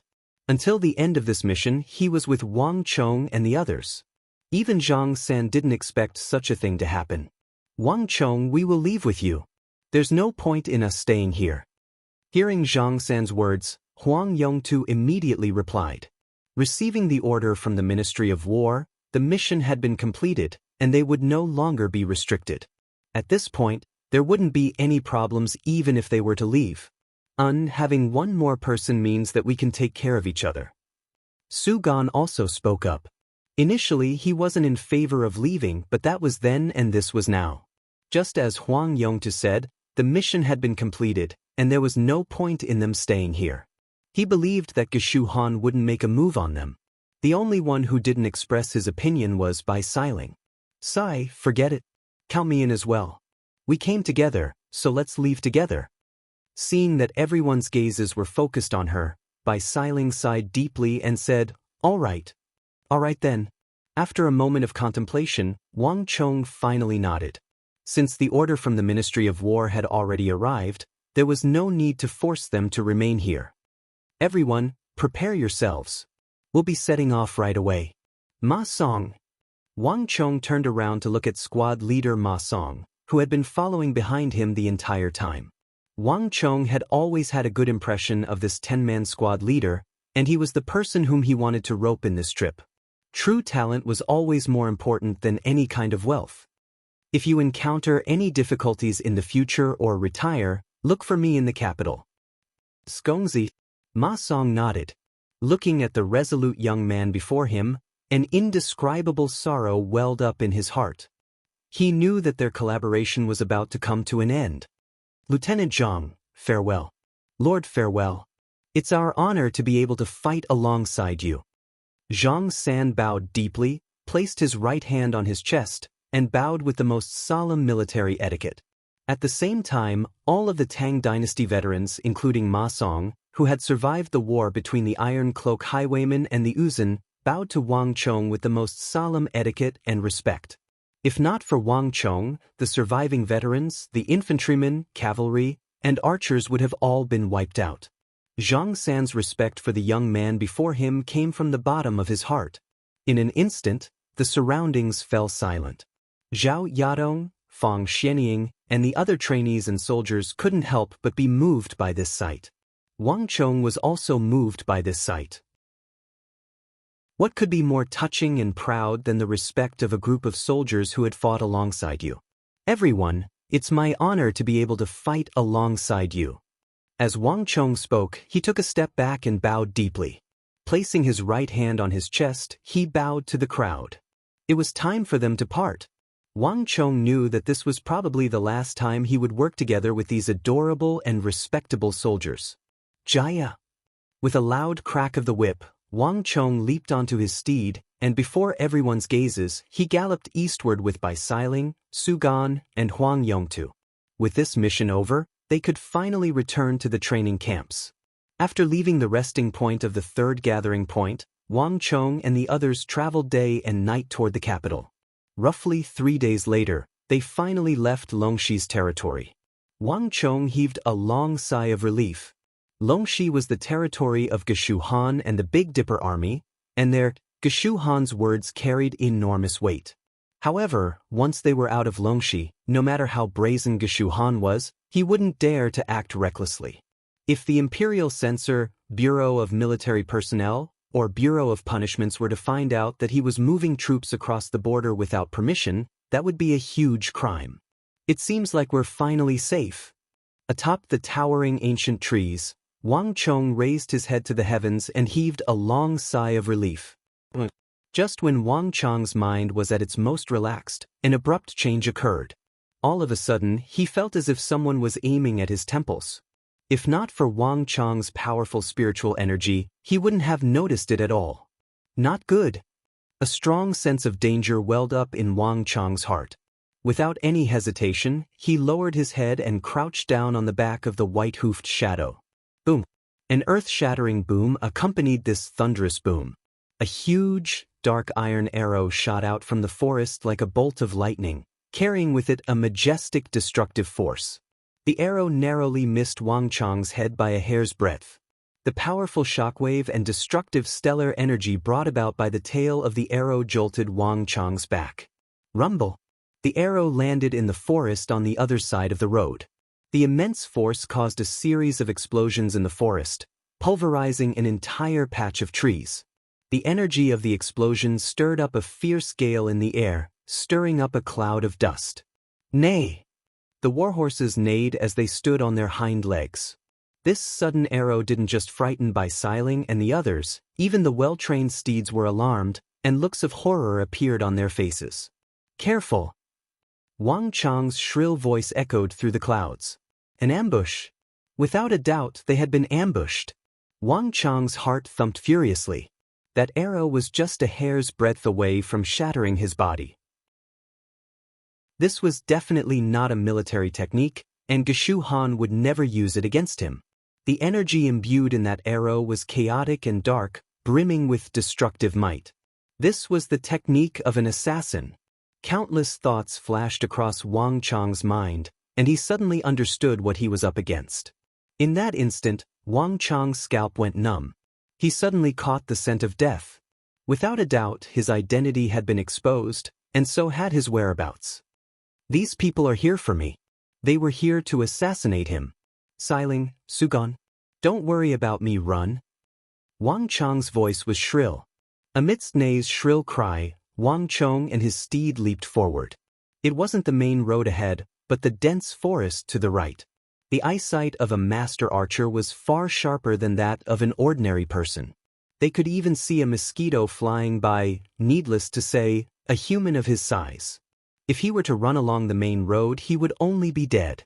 As long as he could escape into the forest and use the dense foliage as cover, he would be able to survive.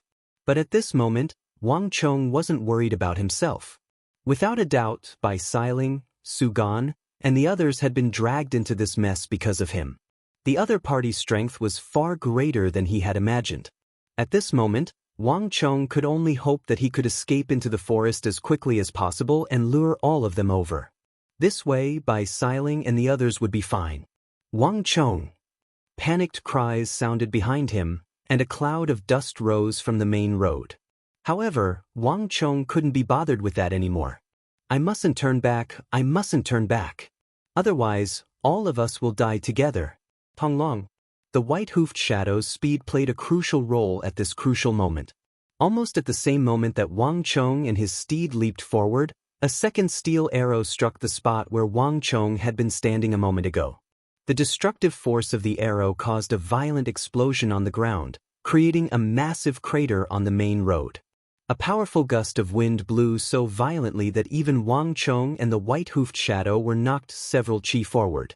Kachacha. Large swathes of trees fell to the ground amidst the shockwaves of the explosion. Dee-da-da. At the same time, 6 black-clothed and masked assassins leaped out from the forest to the left of the main road and chased after Wang Chong. Chapter 378. The light reverberated in the air, producing a metallic clang. Wang Chong couldn't see the assassin behind him, but he could feel the cold, killing intent behind him, as well as the aura of death that was as sharp as the edge of swords. I mustn't turn back. I mustn't turn back. Wang Chong knew that the slightest delay could spell death for him. Wang Chong felt like his life was hanging by a thread, and his entire body was about to explode as he madly fled. Wang Chong knew that every zhang he could cover would be that much safer for him and Bai Siling and the others. Siling, Su Gan. Don't turn back. Nothing will happen to you. Wang Chong felt his blood rushing to his head. At this moment, he wasn't worried about himself but Bai Siling and the others. If not for him, they wouldn't have followed him here. Without a doubt, he was the one who had implicated them. At this moment, Wang Chong could only hope that Bai Siling and the others would leave this place as quickly as they could, as well as not come over to check on him. That way, no one would be able to survive. 7 zhang, 8 zhang. As if sensing its master's intentions, the white-hoofed shadow burst forth with unprecedented potential, and like a blurry bolt of lightning, it swiftly dashed left and right. The deeper they went into the forest, the safer they would be. Clang. All of a sudden, a piercing whistle of a sword sounded by his ear. Alarmed, Wang Chong immediately pulled on the reins and leaped to the side. Boom! A black-clothed and masked figure became one with his sword. His body rapidly spun in the air, barely missing Wang Chong by a hair before plunging into the ground several dozen feet away. With a first, a second, a third. The 6 masked assassins leaped off the back of their steeds one after another. So. The 6 masked assassins leaped off their steeds one after another. The speed of their steeds, coupled with their movement technique, increased their speed by a notch. Like the echoes of death, they charged relentlessly toward Wang Chong. Bang bang bang. Trees exploded one after another, and all the attacks were like waves, but Wang Chong dodged all of them. Damn it. This horse is too fast. Chase them. Don't let him escape. Behind him, there was a faint sound of gnashing teeth. The 6 masked assassins moved with incredible speed. Even though their attacks missed, they didn't seem to be hindered in the slightest. Swoosh! Whip after whip flew through the air, and just as the attacks missed, the masked assassins wrapped themselves around their mounts, flipped in midair, and landed back onto their horses. Dee-da-da! The 6 assassins continued to pursue him relentlessly. Boom!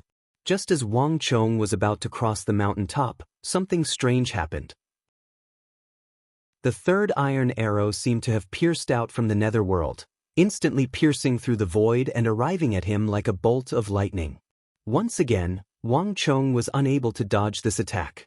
Rumble! There was a loud noise, and there seemed to be the sound of metal shattering. Countless fragments flew out from Wang Chong's back. What? Wang Chong vomited a mouthful of blood. That arrow was so powerful that it didn't just severely injure Wang Chong in an instant. Even the white-hoofed shadow beneath Wang Chong was severely injured. Neigh!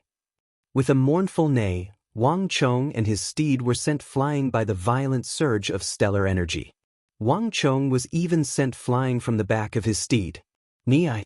At this crucial moment, the white-hoofed shadow bit down on its bit, snapped the reins, and threw Wang Chong back onto his horse. Little Shadow! Seeing blood seeping out of the white-hoofed shadow's nostrils and its eyes clearly dimming, Wang Chong's eyes reddened. Even though he had been letting Little Shadow roam freely, Wang Chong could sense that Little Shadow was sentient. Not only did it view him as its master, it even viewed him as its kin. Wang Chong was also very fond of Little Shadow. This was the first time that Little Shadow had been severely injured because of him. Nay! Although Little Shadowless was heavily injured, it had also stimulated the latent potential in his life. Gathering his remaining strength, his speed suddenly increased. Coupled with the impact of the flood of stellar energy, he made use of the momentum to leap over the top of the mountain and disappear from sight. Damn it, don't let him get away. What's wrong with that steed? How can it still run despite being injured? Bastard, that lad used a heart protector mirror.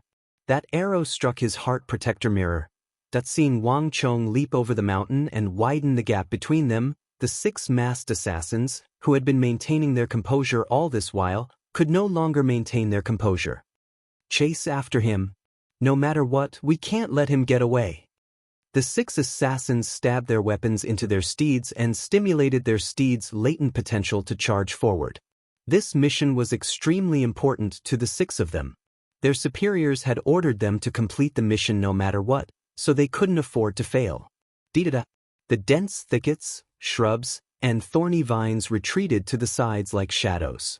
Lying on the back of his steed, Wang Chong felt a sweet sensation in his throat, and his head felt dizzy. The energy harnessed in that arrow was currently acting up in his body. If not for Wang Chong's gold organs and the little yin-yang art's ability to devour, absorb, and convert energy, Wang Chong would have fainted long ago. That precarious feeling of danger and the throbbing in his temples had already disappeared. Wang Chong knew that after crossing the mountain and losing sight of him, the archer expert was no longer a threat to him. Even though the 6 masked assassins were still hot on his tail, their speed was still inferior to his. Without a doubt, Wang Chong was certain that this was the fastest the white-hoofed shadow had ever run. Well, after an unknown period of time, Wang Chong suddenly loosened his grip and leaped off the white-hoofed shadow. But he fell into a lake by the side. Little Shadow, it's all up to you now. At the very last moment before entering the water, Wang Chong gazed deeply at Little Shadow before activating his tortoise-breathing art and submerging himself into the depths of the water, not daring to move an inch. Be it Little Shadow or himself, they were both seriously injured. Little Shadow's speed was a result of his injuries stimulating his latent potential. This kind of lightning-fast speed couldn't be maintained for long. Only by concealing himself would he be able to survive. And without his burden, Little Shadow's speed would also increase greatly. Both he and Little Shadow would be able to greatly increase their chances of survival. Wang Chong didn't know if this method could fool the assassins, but at this point, he didn't have much of a choice. This was the only way. The lake water surged in from all directions. Wang Chong lay on the surface of the lake like a crab, not moving an inch. The monk's turtle-breathing art came into play at this moment. An ordinary person might only be able to last a minute or 2 underwater, but with Wang Chong's turtle-breathing art, he could last for at least 15 to 20 minutes.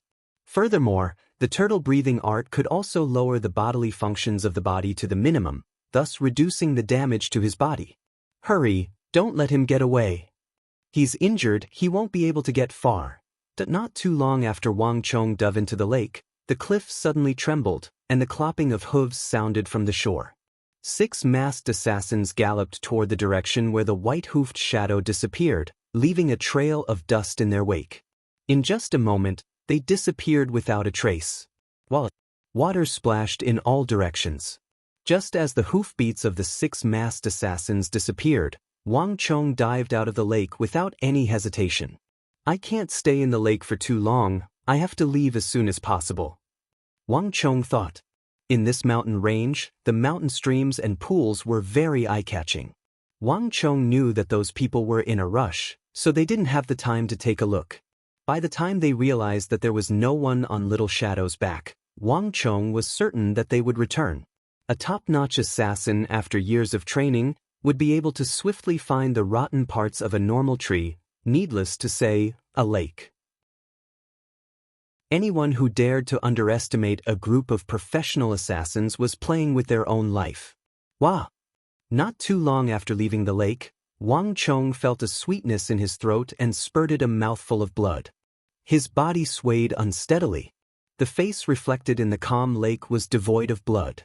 Opening his fingers, looking at the fresh blood flowing down his fingertips, Wang Chong's heart paled. The injuries he suffered this time were far more severe than he had imagined. Under such circumstances, it was impossible for him to get far. This is the only way. Wang Chong scanned the surroundings and swiftly walked to a bush. Whipping out his Wu-Zi steel sword, he dug out a 4-chi deep trench along with the grass. Swiftly lying in the trench, Wang Chong covered himself with a thick layer of soil and grass. Lastly, withered leaves and thorns. Boom! Making use of the last bit of stellar energy in his body, Wang Chong first expanded outwards before abruptly pressing backwards, compressing the 4-chi thick layer of soil on his body. This way, it would be impossible to tell from the outside. After doing all this, Wang Chong placed a hollow branch in his mouth and activated the tortoise breathing art. His consciousness gradually blurred and his body gradually turned cold.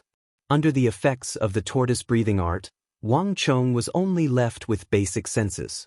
Not long after he was done, the ground trembled and the 6 masked assassins returned. What? One of the assassins leaped into the lake without saying a word. How is it? Wang Chong heard a cold voice from the shore. Wang Chong didn't hear a reply, but he could vaguely hear the sound of water splashing. It seemed like that person shook his head. What? In the next moment, another figure jumped down the mountain stream and fell into the pool. What followed was a long period of silence. Only the sound of water splashing could be heard.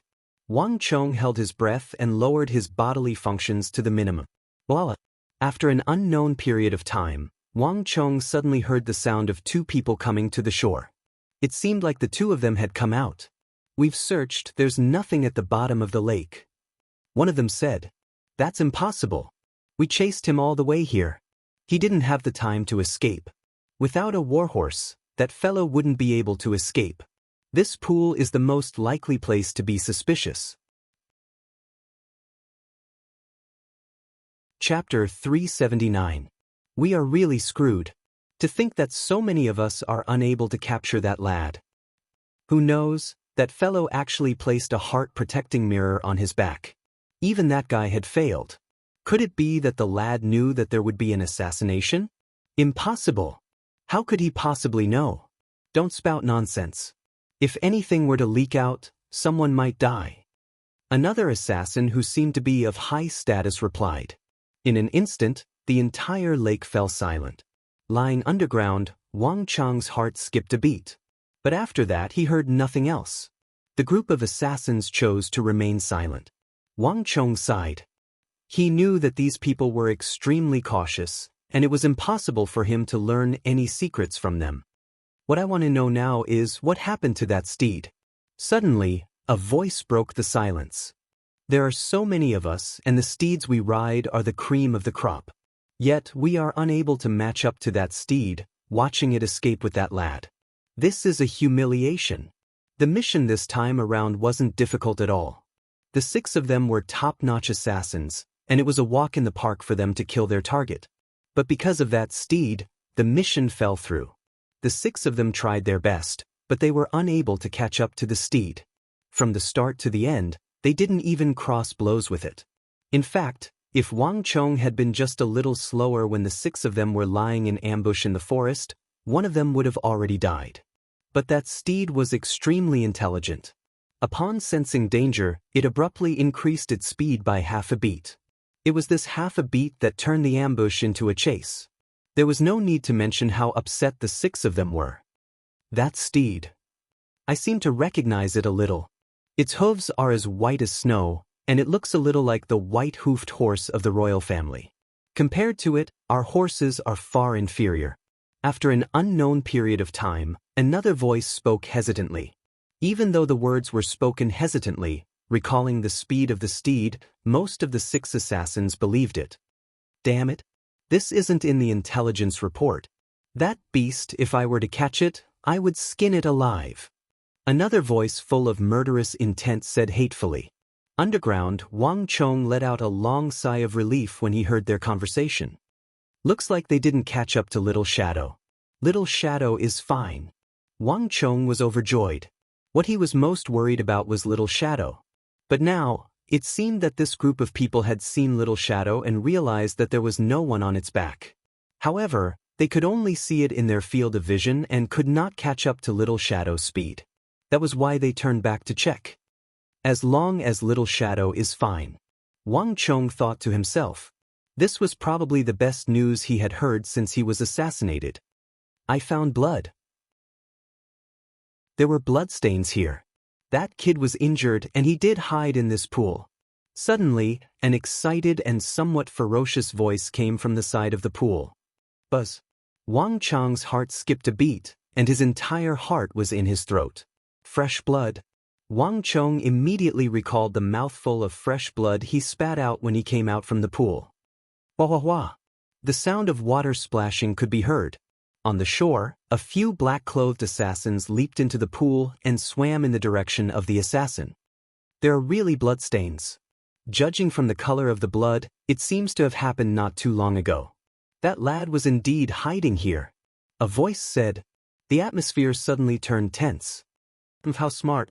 To think that he would use such a tactic to lure the tiger away from the mountain. However, it's useless. He can't escape far. That fellow's bow isn't that easy to deal with. Even if he had a heart armor mirror on his back, he must have sustained severe injuries. With such injuries, he can't have gotten far. Everyone, search carefully. He must be nearby. Amidst the sound of wind whistling, the black-clothed assassins leaped onto the shore simultaneously. The atmosphere suddenly turned dangerous. Lying underground, Wang Chong's face warped. These people were much more formidable than he had imagined. He had already dealt with the bloodstains by the side of the pool. Even so, these assassins still managed to find some clues. Given the current situation, the 6 of them had already deduced his approximate location. This was extremely disadvantageous to him. Wang Chong closed all of his pores, and even his breathing stopped. All of his bodily functions were lowered to their limits, and even his sense of hearing had been weakened to the extreme by Wang Chong. Following which, Wang Chong could be discovered at any moment. Search everywhere, don't let go of a single spot. He might still be here. A sinister voice said. The 6 black-clothed assassins executed their movement techniques to their limits, searching through every bush, tree, and shrubs. They didn't even let go of the crevices of the rocks. Suddenly, the ground tremored, and a wide foot landed not too far away from Wang Chong. It was an assassin. Wang Chong's heart leaped into his throat. He had already tried his best to conceal himself, but this method wasn't perfect. The perception of an assassin was much stronger than that of an ordinary person. If he were to get close enough, he could still be discovered. The second foot was even closer to Wang Chong, and Wang Chong could even feel a slight tremor coming from the ground. That assassin seemed to have sensed something, and he slowly moved toward the bush Wang Chong was at. Another tremor. This time, it was even closer to Wang Chong. Lying underground, Wang Chong couldn't help but feel his scalp trembling. If he were to advance a little further, he would be able to step into the trench he had dug. At such a close distance, there was a high chance that Wang Chong would be discovered.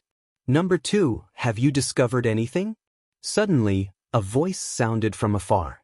The group of assassins didn't even address each other by name, using their code names. At the same time, upon hearing this voice, the footsteps came to an abrupt halt, stopping roughly a chi away from Wang Chong. Nothing. At a place where Wang Chong couldn't see, a tall and powerful black-clothed assassin stopped in his tracks. His eyes swept across the area where Wang Chong was at, and he brandished his sword for a moment before turning around and saying. From his angle, he couldn't see anyone at all. Damn it, let's continue searching. He can't have gotten far. the leader of the assassins said. His voice seemed to have come from the top of a tall tree. The footsteps soon stopped a chi away from Wang Chong. Then, he turned around and began searching elsewhere. Underground, Wang Chong heaved a long sigh of relief. In the next few days, with the lake as the center, the group of assassins searched the entire area. At the start, it was still fine. Wang Chong was still able to discern which group they were. However, the subsequent developments exceeded Wang Chong's expectations. In a short period of time, Wang Chong sensed 3 or 4 different groups of people. Their numbers and strength were completely different from the first group. As they walked, the tremors they felt from the ground were completely different. There were even a few times when Wang Chong felt like a warhorse was trampling over him. However, the senses of a warhorse were far inferior to a martial artist's, and the 4 chi of soil was more than enough for the group to notice nothing. What's going on here? Lying underground, Wang Chong was perplexed. He could understand the 6 people on the first day, but what was going on with the second, third, and fourth groups? Could it be that there was more than one group? Or perhaps, there were more than one group of people who wanted to deal with him? But he had only offended a few clans in the capital. Or could it be that Geshu Han's men had crossed over to participate in this matter? Surely he couldn't be that daring, could he? Wang Chong suddenly realized that he couldn't understand the development of this matter. This was because while underground, Wang Chong had noticed that there were 2 groups of people who seemed to have clashed. What's going on here? Wang Chong was perplexed, his mind growing heavier and heavier. He was already injured, and after lying underground for the past few days, his injuries had worsened, causing him to grow weaker and weaker. Gradually, Wang Chong fell asleep. Wang Chong had no idea what was happening on the surface. After some time, perhaps 1 day, 2 days, or 3 days, there was finally no more activity on the surface. This abnormal silence finally roused Wang Chong from his reverie. Have they all left? Wang Chong thought to himself, but he didn't dare to get careless. He had no idea if those people were still hiding in the surroundings. The path of an assassin couldn't be judged with common sense. After waiting for a few moments to make sure that there was no one around, Wang Chong finally pushed aside the soil and carefully peeked his head out. It was calm outside, and the treetops were moist. It seemed like it had just rained. Wang Chong listened intently for a moment, but there was no sound at all. Wang Chong didn't dare to get careless, even though there was no one around the pool. He didn't know if they were lying in ambush somewhere else. Moreover, without the white-hoofed shadow, it would be very difficult for him to leave the capital on his own 2 feet. He didn't even know how long it would take for him to return to the capital. The forest was currently fraught with danger. His current situation hadn't changed much. Sometimes, an unseen danger was even more terrifying than an actual danger. Wang Chong poked half his body out of the soil, his mind in turmoil as he pondered over his current predicament, searching for a way to escape. As he was thinking, he suddenly heard a strange sound, and it seemed like something had fallen out of his sleeve. Wang Chong lowered his head. It was a bamboo tube about the thickness of a thumb and couldn't be any more ordinary. It fell by Wang Chong's elbow, and it was dusty and inconspicuous. But upon seeing this small bamboo tube, Wang Chong couldn't help but fall into a daze. He recognized this bamboo tube. It was Zhao Qianqiu who threw it to him when he set off from the training camp. On top of that, he even said a few words back then. Open it only when you're in danger. Chapter 380. Kacha. Without the slightest hesitation, Wang Chong pinched one end of the bamboo tube. Kacha. The bamboo piece broke, and something seemed to be flowing out from within. It was a very fine powder, grain by grain, like fine sand and wood shavings. Seeing the fine sand powder within, Wang Chong's eyes widened in astonishment. In that instant, a thought flashed across Wang Chong's mind, and he vaguely recalled something. Picking up the bamboo tube, Wang Chong brought it up to his nose. Only when he was very close to it did he catch a whiff of an extremely faint fragrance. It smelled like rotting meat, but there was also a hint of bitter apricot. If not for the large amount of powder in the air, he wouldn't have been able to smell it at all. Thousandly fragrance. A thought flashed across Wang Chong's mind, and he suddenly realized what Zhao Qianqiu had given him. It was a kind of powder made from a unique material, and it was extremely rare. This is something used to track a person. Its greatest characteristic was its ability to emanate a fragrance that was difficult for the nose to detect. It wouldn't disperse easily, and one would be able to smell it even from 1,000 li away. Most people wouldn't be able to smell this fragrance, but a specially trained bee would be able to pick it up and track it down. This was a unique item in the military. It wasn't used in battle, but as a scout and a spy. More importantly, this unique fragrance didn't have to be taken out to be used. If it was stored in a bamboo tube, the fragrance could still be released through it. As a Grand Marshal of the world in his previous life, Wang Chong had come into contact with this 1,000 li fragrance. If Zhao Qianqiu had stored the 1,000 li fragrance in the bamboo tube, that meant Zhao Qianqiu already knew of my whereabouts back when I was in the training camp. As this thought flashed across Wang Chong's mind, his eyes immediately lit up. He finally understood what the life-saving trump card Zhao Qianqiu had given him was. It had been a few days since he was ambushed. Judging from the time that had passed, the news of him being ambushed should have spread by now. By now, Zhao Qianqiu should have already known that he had been ambushed. In other words, Zhao Qianqiu might already be rushing over. Next, Wang Chong finally knew what to do. Getting up from the trench, Wang Chong quickly scattered a large amount of 1,000 li xiang around him. This method could increase the concentration of the fragrance in the air, and it could also point out the direction of the wasps. After doing all this, Wang Chong returned to the trench with the remaining half a tube of 1,000 miles incense and put on a disguise. Then he used the turtle breathing technique again. This time, Wang Chong was even weaker than before, and his consciousness was even more hazy. After an unknown period of time, Wang Chong was awakened by a familiar voice. "Brat, I've finally found you." A deep and resonant voice suddenly sounded by his ear. The thick layer of soil on his body was suddenly parted by a powerful force, and a muscular arm pulled his upper body up. Opening his eyes, Wang Chong was greeted by a radiant ray of sunlight. Amidst the sunlight, he saw a familiar, muscular, and towering figure standing before him. There was a familiar smile on the other party's face, as though a heavy burden had been lifted from his shoulders. "Instructor." Wang Chong forced a smile, but his voice was extremely weak. The moment he saw Zhao Qianqiu, Wang Chong knew that he was finally out of danger. "Brat, you sure are lucky. I thought that you had died. It's just a pity that I wasted so many of my 1,000 li xiang." Zhao Qianqiu chuckled. Looking at Wang Chong, who was half buried in the trench, he was slightly agitated, but more than that he felt gratified. Of all the students he had taught, Wang Chong was unquestionably the most outstanding one under his command, as well as the one he was most proud of.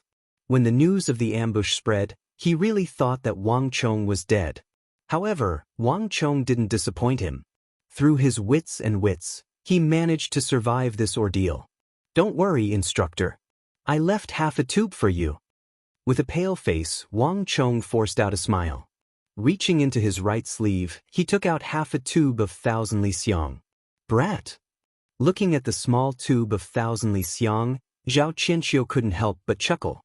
"Instructor, how is my white-hoofed shadow? Did you manage to find it?" "Don't worry, we found it at the bottom of a cliff in the eastern mountains. It's slightly injured, but our men have already fed it some recovery pills. Other than that, it should have found some medicinal herbs and eaten some other things on its own, so its injuries aren't too severe. Our men are already treating it," Zhao Qianqiu said. Hearing those words, Wang Chong's worried heart finally calmed down. Then, a wave of drowsiness and fatigue washed over him, and he slowly fell backward. "Wang Chong, Wang Chong, Wang Chong, Wang Chong," an anxious voice sounded by Wang Chong's ear. The voice grew softer and softer, and eventually, Wang Chong couldn't hear anything anymore. Wang Chong slept for a very long time. In between, he woke up several times, but he soon fell back into a deep slumber. By the time Wang Chong woke up, he was already back in the capital's Wang family residence. This time, Wang Chong spent a very long time recuperating in the residence. His mother, little sister, second sister, and Big Uncle came to visit him several times, but they didn't disturb him too much. They only hurriedly said a few words before sending him to rest. The residence was extremely peaceful, but while Wang Chong was recuperating, he would often hear the whispers outside. Outside the room, his mother, big uncle, little sister, cousin, and even his cousin had all appeared. They were talking and discussing something, following which more and more people would appear, such as the King of Song, the old butler, Lu Ting, and the officials of the royal court. However, most of them only glanced at him before leaving. Wang Chong's body was extremely weak, but even though he wasn't able to leave, Wang Chong could sense that the outside wasn't peaceful at all. Big Uncle's appearance grew fewer and fewer. The few times he did appear, it was with anger, but it wasn't directed at Wang Chong. In fact, even the usually calm Wang Chong couldn't help but feel a tinge of anger. However, there wasn't a single person in the residence who would talk to him about this matter. While he was recuperating, Wang Chong received a letter from his big brother, Wang Fu. It was extremely short, asking about the condition of his body and nothing else. Wang Chong replied with a simple letter, asking about his big brother's condition in the army. There was nothing else. The walls of the Wang clan in the capital were like a huge cover, enveloping and protecting Wang Chong. This was the most serious injury Wang Chong had suffered since his reincarnation. That arrow was far more powerful than he had imagined, and it was even more destructive. Thus, Wang Chong decided to remain in the residence and quietly recuperate. About 7 or 8 days later, his injuries were more or less healed. Wang Chong finally walked out of his room for the first time. Young master! Young master! Outside the room, a large group of maids, and guards bowed when they saw Wang Chong. Their eyes were filled with concern.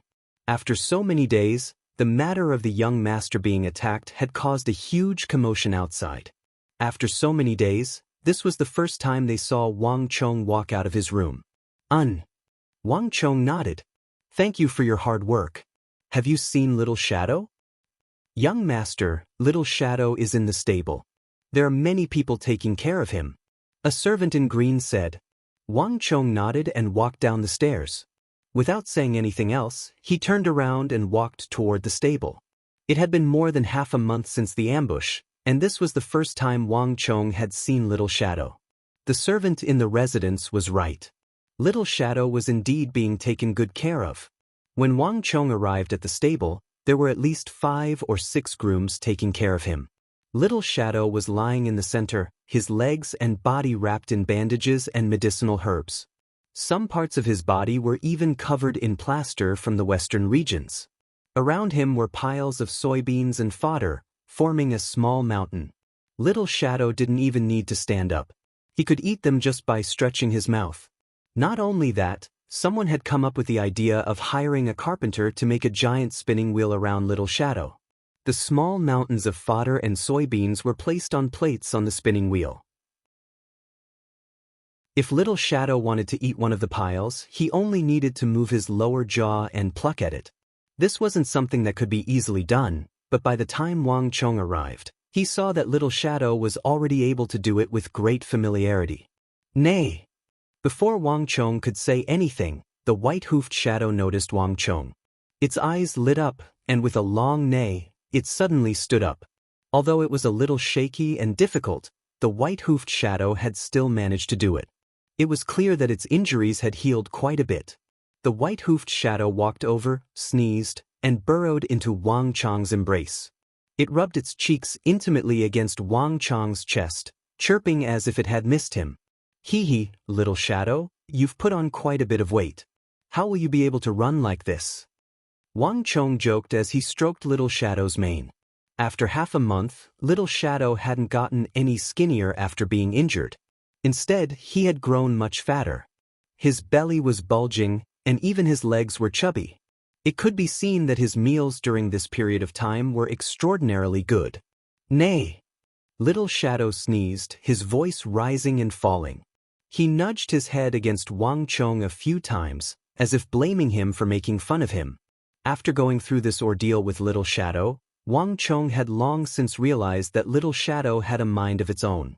In this aspect, he was completely different from other horses. Ha! Seeing that little shadow seemed to be a little angry, Wang Chong couldn't help but burst into laughter. This could be said to be the happiest he had been in the last few days. Ever since that incident, he had been most worried about Little Shadow. But from the looks of it, Little Shadow was still very angry.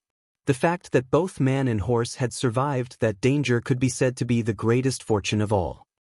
You can't just keep eating soybeans here and not go out to exercise. Come, I'll take you out for a walk and get some sun, Wang Chong said as he patted the white-hoofed shadow's glossy neck. The white-hoofed shadow's nostrils flared as he nodded, as if saying, "Sure." Wang Chong smiled. Without holding the reins, he turned around, clasped his hands behind his back, and took the lead. And Little Shadow followed behind him quietly. With a loud noise, the gates opened, revealing the bright sunlight outside. This was the first time Wang Chong had stepped out of his house since the ambush. It's been so long. It's time to put an end to some things. Chapter 381. The capital's Huanxi courtyard was a lavish place where the scions of the prestigious clans gathered and feasted. Among the prestigious clans, only the scions of the direct line of descent were qualified to enter. The entire building was constructed using dark purple materials, and its design was unique, exuding an ancient aura. At the entrance, there were two purple vermilion birds with slender legs and a height of several zhang. This was the most unique feature of the building. Even though Wang Chong had heard of the Huanxi Manor, this was the first time he was standing before it in his entire life. Standing before the two purple vermilion birds, Wang Chong could hear the commotion in the courtyard. Countless scions of the prestigious clans were gathered here. Is this the place? Lifting his head, Wang Chong looked at the Huanxi courtyard with a complicated gaze. Gongzi, this is the place. We've already investigated the matter thoroughly. A low voice came from behind, and it sounded very respectful. Got it? Wang Chong replied calmly. Releasing the reins in his hands, he slowly walked toward the purple wooden staircase between the two vermilion birds. Wang Chong walked slowly, and every step he took seemed incomparably heavy. The GGGG sound was exceptionally loud. Halt! At the end of the winding purple wooden staircase, at the entrance of the Huanxi courtyard, a muscular guard with a saber by his waist bellowed upon seeing Wang Chong. The Huanxi courtyard wasn't a place where just anyone could enter. One had to have some sort of backing to enter. The young man before him was clearly unfamiliar, and he definitely wasn't a frequent visitor of the Huanxi courtyard. Shut up! Before the guard could finish his words, a middle-aged man who seemed to be a butler suddenly reached out from behind, covered the guard's mouth, and pulled him in. You blind fool, can't you see who he is? Hurry up and back down. The green-robed butler sneaked a glance at the entrance with a fearful expression. In this period of time, the ambush of the Wang clan's Qilin's son had caused a lot of trouble, and many prestigious clans had been implicated in it. Even King Qi and the Yao clan were disgraced by it. Everyone knew that the Wang clan of the capital was truly enraged this time. Even that person in the Four Quarters Academy was vaguely enraged. There was no one in the capital who didn't know this youngest son of the Wang clan. No one dared to anger the Wang family at this moment. Even though the virtuous ministers of the Tang dynasty were renowned throughout the world for their virtue, many people had forgotten that this highly respected Duke Jiao of the Tang dynasty had actually led troops and fought in wars, sweeping through the eastern and western Turkic Khaganate. The ambush of the youngest son of the Wang family had undoubtedly touched Duke Jiao's reverse scale of the Tang dynasty. What are you waiting for? Get lost. The green-robed supervisor kicked and beat the two guards at the door to send them away. Just as he was about to call out to Wang Chong glared at him, causing him to shudder and retreat. He stepped through the door and was greeted by a commotion inside. However, a loud and boastful voice came from the second floor. It was especially loud and eye-catching. Wang Chong listened for a moment, and a smile crept onto his lips. Following the voice, he headed up to the second floor. At the center of the second floor, Wang Chong saw a familiar figure. The figure's back was facing him, and he was currently surrounded by a group of scions, chatting excitedly. He seemed to be very popular. Don't you know, those Iron Cloak highwaymen? The voice was loud, and it was clear that he was in high spirits. While the person was speaking excitedly, the listeners were also paying close attention to him, and there was even a hint of admiration in their eyes. Huang Yongtu, Wang Chong looked at the back of that person and suddenly spoke. The loud voice came to an abrupt halt, and the figure whose back was facing Wang Chong trembled before coming to an abrupt halt. Even the entire Huanxi manor fell silent at this moment. Gongzi! Huang Yongtu turned around, and upon seeing Wang Chong, his face paled slightly. But soon, a look of delight surfaced on his face.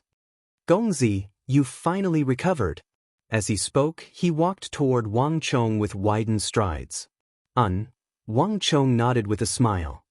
Gongzi, have you met Bai Siling, Su Gan, and the others? I haven't. Wang Chong shook his head. Looking at the delighted Huang Yongtu, he replied with a single word.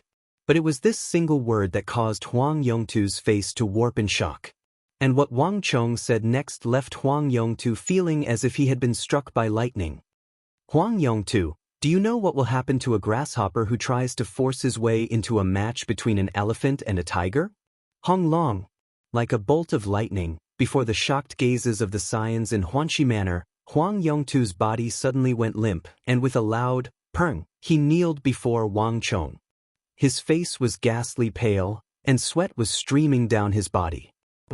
Upon seeing this sight, a huge commotion broke out. A few scions of the prestigious clans sensed that something was amiss, and they hurriedly retreated from the second floor of Huanxi Manor. Their keen senses, which they had honed over the years, allowed them to immediately sense the danger in this situation. And those scions who recognized Wang Chong also sensed danger from the sight before them. The incident of the youngest son of the Wang clan, Wang Chong, being ambushed had caused a huge uproar in the capital, and everyone knew that the Wang clan was currently on a rampage. Huang Yongtu had been bragging about how he had fought alongside the young master of the Wang clan, Wang Chong, but this wasn't the case at all. In the capital, there would always be rumors and slanders, gratitude and grudges. However, there were some things that could be interfered with, and some things that couldn't be interfered with. Putting aside interfering with it, they couldn't even get involved in it. Hurry up and leave. This isn't something we should be looking at. A few of the aristocratic young masters pulled their friends and quickly retreated. In an instant, all of the scions in the manor had retreated without a trace. In truth, it wasn't just the second floor of Huanxi Manor. Upon hearing the news, all of the scions in Huanxi Manor hurriedly retreated as though they were avoiding a plague. The sound of the door closing echoed from below. In an instant, the entire Huanxi Manor fell silent, leaving only Wang Chong and Huang Yongtu. The prestigious clans had their own way of dealing with the situation. Regardless of whether it was Wang Chong or Huang Yongtu, both of them represented two powerful clans in the capital. Given the current state of affairs in the capital, this was no time for outsiders to meddle in the affairs of the capital. Placing his hands behind his back, Wang Chong didn't say a word. He quietly waited for all the people in the building to leave. He also quietly listened to the sound of the door closing downstairs. Then he turned around and looked at Huang Yongtu. Huang Yongtu's face was pale, and his clothes were drenched in sweat. Aren't you going to explain yourself? Wang Chong looked at Huang Yongtu and asked calmly. Gongzi already knows about it, so I have nothing to say. Huang Yongtu gritted his teeth and kneeled on the floor with his head lowered. His body trembled violently. You sure are straightforward. Wang Chong sneered coldly. Huang Yongtu, don't worry. I'm here to look for you as a representative of the Wang clan. Prestigious clans have their own way of dealing with matters. I just want to ask you, is the Huang clan prepared to go to war with the Wang clan? You should know that regardless of whether I'm dead or alive, the Huang clan won't be spared. Gongzi, this matter has nothing to do with the Huang clan. It was my idea. If Gongzi wishes to punish someone, punish me. Huang Yongtu has nothing to say. Huang Yongtu's face was deathly pale. Wang Chong sneered coldly. All along, he had revealed his identity to others. But a kind person would be bullied, and a kind horse would be bullied. This time, it was precisely because he was too low profile that he was almost killed. But these people had forgotten that he wasn't just Wang Chong, but a direct descendant of the Wang clan, representing one of the most illustrious figures in the capital. If he wanted to, he could use his big uncle, the king of Song, consort Taijin, his father, the officials of the royal court, and the other prestigious clans to bring the Huang clan down to the ground. It had been 60 to 70 years since his grandfather, Duke Jiao, and the Wang clan was no longer just an ordinary clan. Rather, it had formed a massive network. Within this network, there were countless powers that could be mobilized. The Wang clan never took the initiative to bully others, and they would never use their power to bully others. But this didn't mean that the Wang clan wasn't angry, and not just any other clan could trample over them. You should have recognized me from the first time we met in the training camp, right? Wang Chong said calmly. Yes. Huang Yongtu gritted his teeth, but he didn't deny it. You intentionally targeted me on the way back, right? Wang Chong said calmly. Yes. Huang Yongtu nodded. Large beads of sweat seeped from the tip of his nose, dripping down drop by drop. He knew that he wouldn't be able to hide any secrets from this young man. I tried to stop, but it was already too late. Huang Yongtu said in agony. His forehead was pressed against the ground, and he was filled with regret. Wang Chong sneered coldly. There's no turning back for some things. Go back and tell the Huang clan. I'll be waiting for an explanation from the Huang clan. Whether the Huang family of the capital lives or dies, it all depends on you. After saying those words, Wang Chong turned around and left Huanxi Manor. When the door opened, Wang Chong could vaguely hear a series of wails behind him. Gongzi, where are we going next? The eagle walked over with a bird on his wrist. Informed by Xiling and Su Gan to meet at the Juxian Pavilion. Wang Chong said calmly before walking down the purple wooden steps, I really didn't expect Huang Yongtu to be the traitor of the three of us. Peng. On the third floor of the Juxian Pavilion, Bai Xiling slammed her palm on the table furiously. I've underestimated him. It turns out that he has been feigning weakness all along the way. Beside Bai Xiling, Su Gan sighed deeply. This was the first time the three of them had gathered together in the past half a month.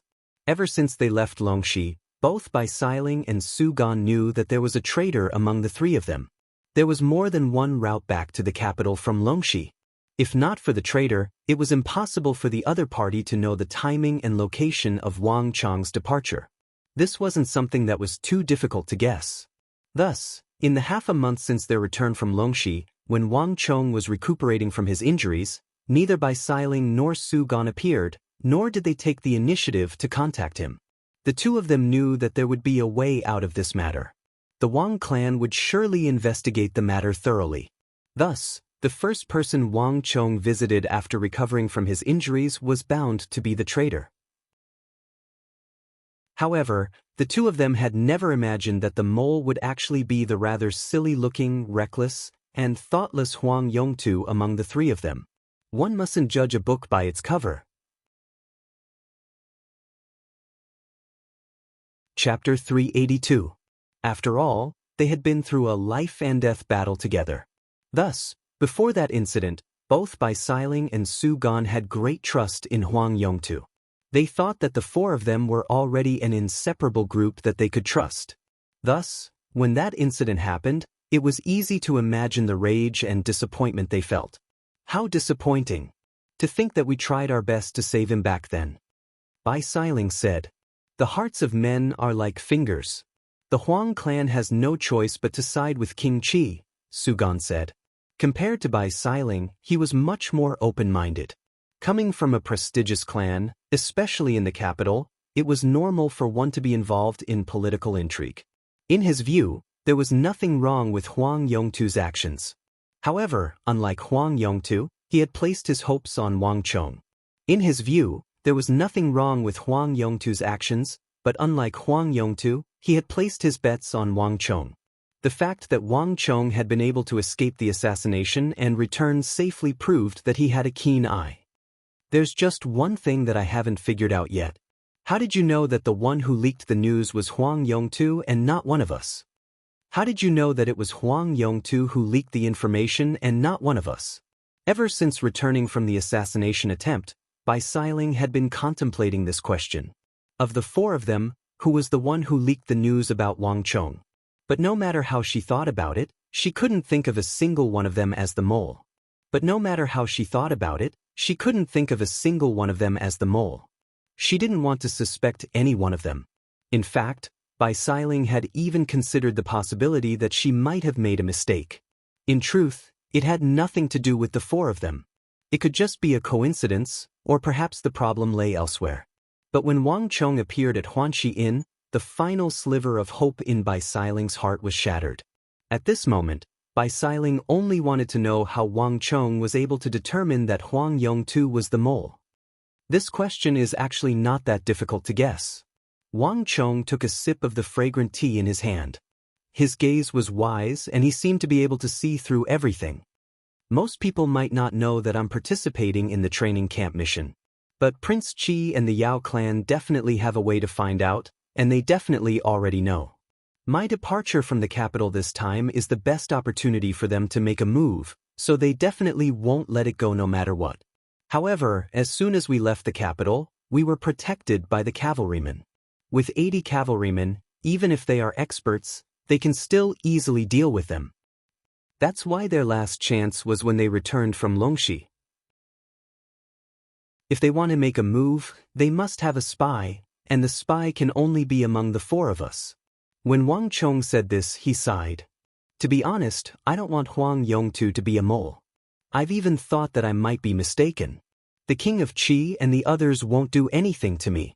But it turns out I was wrong. Do you still remember what I told you after returning from the Big Dipper army commandant? Wang Chong said. I do. You said that you were going to leave. Su Gan said. Wang Chong nodded, and his eyes suddenly turned cold. I did it on purpose. Back then, without receiving the royal court's orders, none of you were allowed to leave. So, I told myself that if any of you were to say that you wanted to follow me, you would be the mole. If they wanted to deal with me, this would be their last chance. Hearing Wang Chong's words, Bai Xiling and Su Gan glanced at one another in shock. They had never imagined that when Wang Chong had said those words, he had been thinking about something else. But what if we wanted to follow you? After all, we came here together. Aren't you being a little too absolute? Bai Xiling said. Wang Chong's reason might sound reasonable to others, but to Bai Xiling it wasn't. If that's the case, it's only suspicious. But do you remember that white pigeon? Wang Chong sneered coldly. Huang Yongtu wanted to plot against him, but he thought too simply of him. Is there something wrong with that white pigeon? Su Gan asked with a frown. He really couldn't see how the white pigeon could be related to this matter. I understand. Do you think that its timing is too coincidental? Suspicious? Bai Xiling said contemplatively. Thinking back, she did have her suspicions back then, but she didn't think too deeply into it. You are mistaken. It's not the timing but the content. Xiling, do you still remember the content of the letter? Wang Chong shook his head. Bai Xiling frowned as she fell into deep thought. Back then, Zhang Lin said that the Bureau of Military Personnel has requested for us to return to the capital after the third phase of the mission is over. Su Gan was the one who said those words. He remembered those words clearly. Wang Chong nodded. The royal court has requested for us to return to the capital after the third phase of the mission is over. In other words, the Bureau of Military Personnel has no idea whether we have completed the mission or not. The Imperial Court will never issue a new order without confirming whether or not we have completed the mission. Su Gan, do you remember when we received the first order? Wang Chong asked. At the first gathering point, after each of us was assigned 20 cavalrymen. Su Gan replied without any hesitation. That's right. The royal court only sent a messenger pigeon after confirming that we had arrived at the first gathering point. This kind of carrier pigeon definitely won't send it to the first gathering point before we arrive. Even though I have no idea how the Bureau of Military Personnel does it, there is no doubt that they have a way of measuring it. And the simplest method is to estimate the time. They estimated that we should have arrived at the first gathering point before receiving the messenger pigeon. Wang Chong said, Xiling, Do you remember when we received the second messenger pigeon? At the foot of the bandit lair. The royal court ordered us to eliminate the Iron Cloak Highwayman and Iron Cloak Lee, but by then, we had already crossed hands with them. Bai Siling said. In this place, Wang Chang's words didn't hold water. Even so, we have indeed completed the first phase of the mission, right? If we hadn't, we wouldn't have been able to complete it by then, right? After all, the bandits and highwaymen are getting stronger and stronger. Wang Chong said. Bai Siling and Su Gan nodded. That was indeed the case. If they were to complete it, they should have done it by then. If they couldn't complete it, they wouldn't be able to complete it anymore. Also, do you remember where the lair of the Iron Cloak Highwayman is? Wang Chong said. 100 li away. Bai Siling suddenly paused. Raising her head to look at Wang Chong, she seemed to have understood something. That's right. Wang Chong put down his teacup and confirmed Bai Siling's conjecture. When Iron Cloak Lee launched an ambush, the entire Iron Cloak Highwaymen suddenly moved out of their lair and attacked us. In other words, even the royal court wasn't able to predict the movements of the Iron Cloak Highwaymen back then. That was why they made such a mistake. Then, when did we receive the third messenger pigeon? In the treasure vault of the Iron Cloak Highwayman. This time, Bai Siling replied swiftly. That's right. Do you still not understand after receiving the first, second, and third messenger pigeons?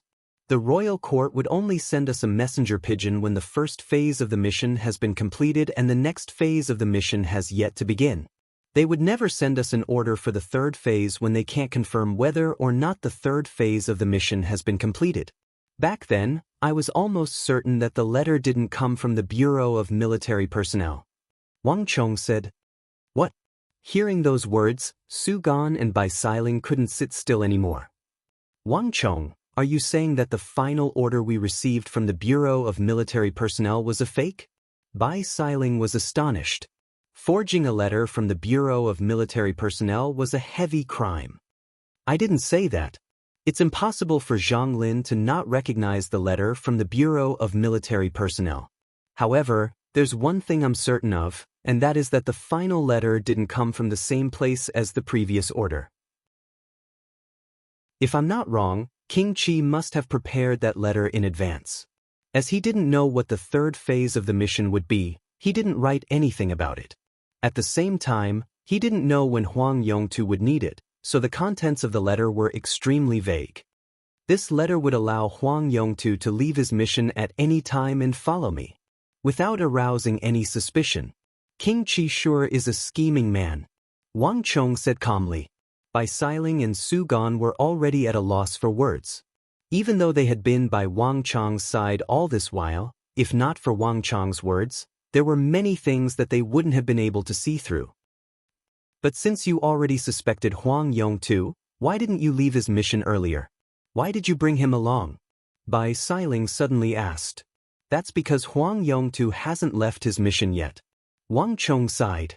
Bai Siling was taken aback for a moment before coming to a realization. Huang Yongtu was only a spy. Logically speaking, he should have left before the operation began. After all, the assassins hired by King Qi wouldn't have recognized him. Yet, Huang Yongtu didn't leave. You intend to deal with him next? Bai Siling asked. That will depend on the Huang clan's reply. Wang Chong replied calmly.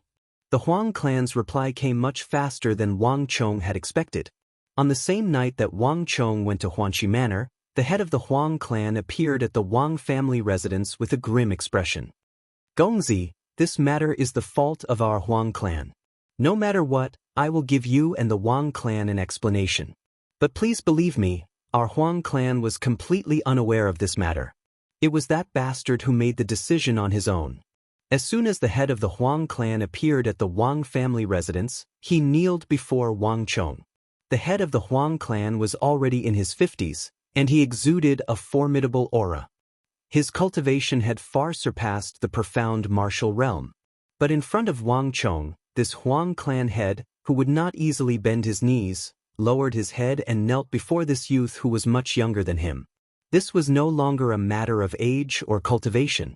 It was a matter of friction between two prestigious clans. Clans had their own way of dealing with this matter. Here, Wang Chong represented the Wang clan, one of the most prestigious clans in the entire Tang dynasty. Even the head of the Huang clan could only lower his head before the clan that Wang Chong represented. Furthermore, what the Huang family had done this time was definitely not a small matter. This concerned the future of the Huang clan. Chapter 383. As the head of the Huang clan spoke, he kneeled at Wang Chong's feet and lowered his head even further. This wasn't directed at Wang Chong alone, but the attitude of the entire Huang clan towards the Wang clan. A descendant of the Huang clan had tipped off someone and schemed against Wang Chong. This was already the truth. The conflict between aristocratic families was also reasonable. What the Huang clan had done was taboo even among the aristocratic families. There was no aristocratic family in the capital that would help them. Wang Chong was the crux of everything. Patriarch Huang knew that if he wanted to obtain the Wang clan's forgiveness, he would have to do so. And Wang Chong was the core of everything. If he couldn't obtain Wang Chong's forgiveness, when Duke Jiao's eldest son stepped in, what awaited him would be a war between the Wang clan and the Huang clan.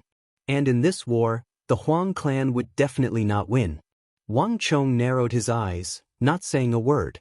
Wang Chong knew that the fate of the Huang clan depended on a single thought of his.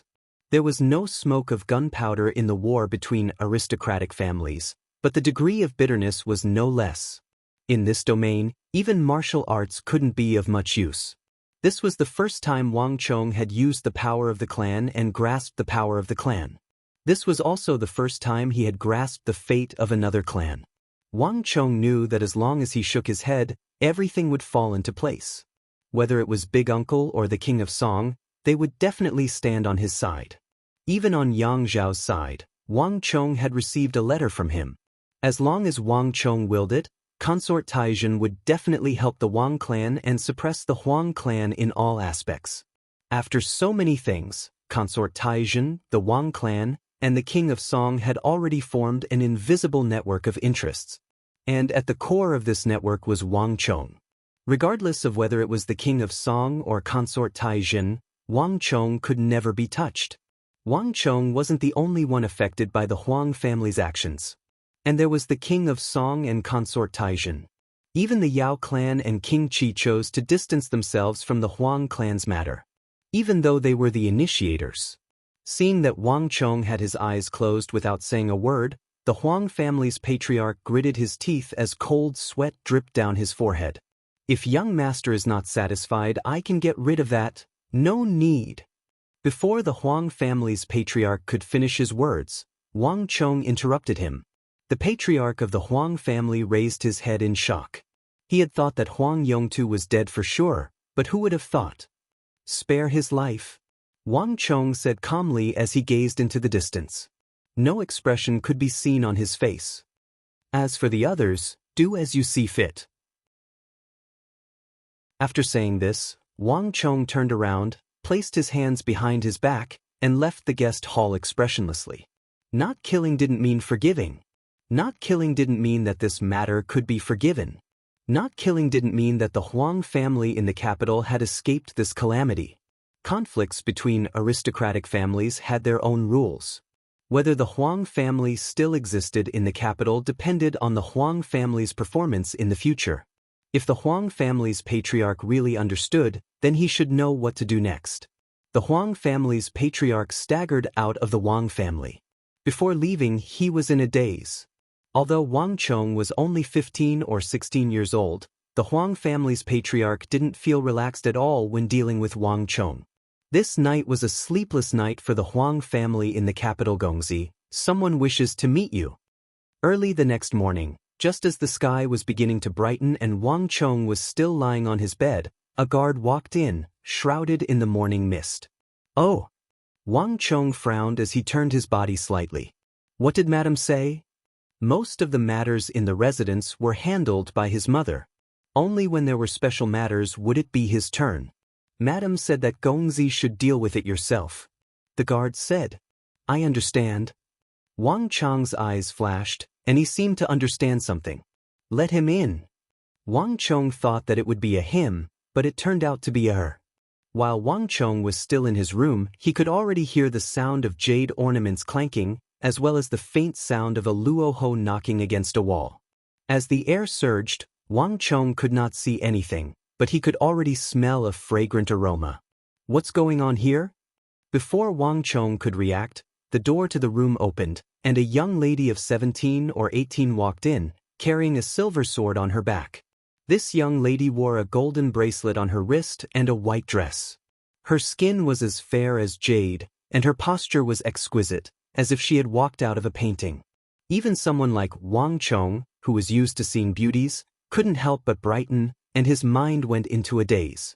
However, even though this young lady was extremely beautiful and had a beauty that could topple nations, her face was incomparably cold, like a glacier that wouldn't melt in 10,000 years.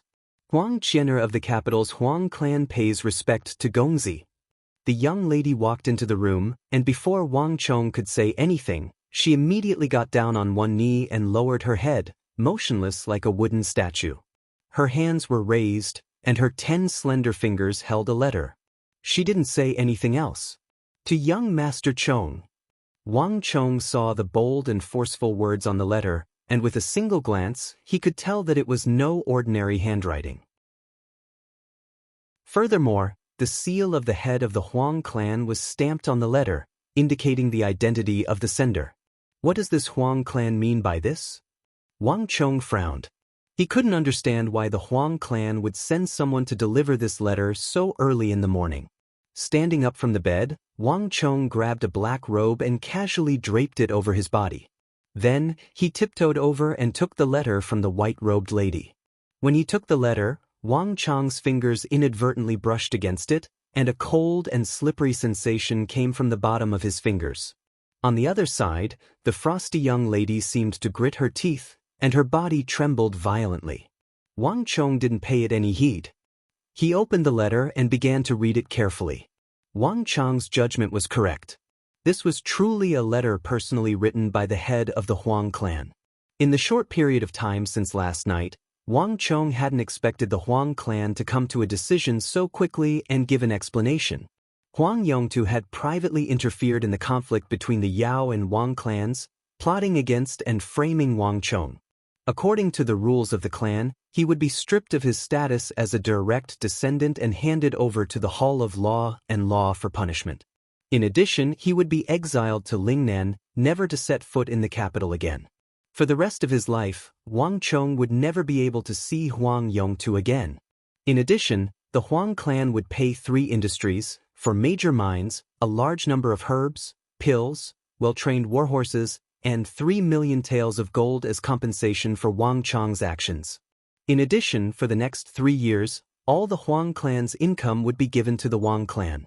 Finally, at the last word, Wang Chong's eyelids twitched. He turned to glance at the motionless young lady on the ground, and his expression suddenly became strange. The first few conditions could still be understood by Wang Chong. 3 million taels of gold, 3 industries, 4 mines, and 3 years' worth of the Huang clan's income. This sort of compensation couldn't be said to be small. In essence, this price was a heavy blow to the Huang clan's strength. But this was how the great clans interacted with one another. Even if Wang Chong wanted to bury the grudge with a smile, his big uncle would never agree. This was because this matter didn't just concern Wang Chong, but the entire Wang clan and the countless great clans in the empire that were paying close attention to this matter. At this point, it was no longer up to Wang Chong to decide. His personal feelings and preferences were no longer important.